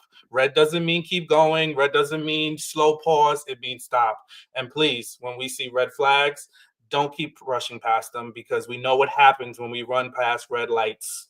We have an accident. And sometimes we're hurt, sometimes multiple people are hurt, and nobody wants that. So pay attention to those. Michelle and David, similar advice, but a little different font. Firstly, Michelle, hey, nobody's going to be perfect. Nobody's going to give you everything. And like you so wonderfully said, only you can make yourself happy. But if you are solely focused and nitpicking and breaking somebody down, that typically means there's no chance for them. So just let them know that. Be honest. Don't keep torturing people. Don't be rude. Don't be disrespectful. Don't break people down. Don't try to humiliate people to make them jump through some imaginary hoop that doesn't exist. David? Again, pay attention to the signs and don't be so hyper-focused. I mean, I don't know this to be 100% true. I'm just reading some of the tea leaves, and the tea leaves looks like you have a particular type and you give that particular type a little bit more grace. Don't give that type more grace than yourself. You know, put you first and choose somebody that's going to want you for who you are and not break you down. Right on over to Karla. We talked about her. I think Phil coined it very nicely. Have a plan, have a job, and have a place to stay. Don't enter into a relationship, ladies, without one of those three things. Is super important, especially in the early stages, unless, and this is the caveat that I will add, unless you're with a man that is willing to accommodate all three of those things as a deficit. If you have a man that's willing to do that, by all means, move forward. But most men want you to have some level of stability entering into a relationship, and then perhaps may be able to negotiate down the line, depending how life changes. Then we have Madison and Alan. Hey, look, this is plain and simple. This is really cookie cutter. You know, don't drag people out. Don't dangle carrots that are never going to be achieved. If you don't like somebody, don't play games. Don't play with their emotions. Don't, make them do things that, are never going to get them to the goal. And I think that's it. Back to you, Coach. Oh, Thank you very much, Sean. I forgot Camille and Thomas. Sorry, I'm sorry. Sorry. I don't really have much for them, just keep doing what you're doing and make sure you really like the person that you're with.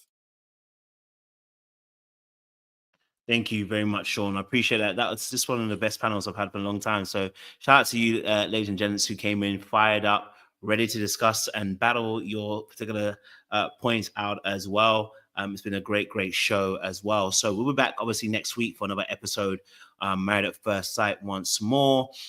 So we'll see you again next week. But for those in the audience, make sure we're liking, we're sharing. We are subscribing to the channel as well. And shout out to Nola. She dropped a little $2 for her. She said, if she sees his undergarments, then he's already in. And I'm guessing she's talking about, obviously, our good brother, Alan, as well. Shout out to Alan. He was in the chat as well the whole day. So shout out to him as well. So we appreciate you in the chat, Alan. Always good fun. And he takes the criticism very, very well as well. So we appreciate you as well, Captain, being on this platform. All right, audience, we'll be back next week for another fun, enthralling conversation on Married at First Sight. Now, I don't know, but I heard Married at First Sight Australia is about to start on the 31st of January. So I will begin to review that one because I heard it's some shenanigans out there.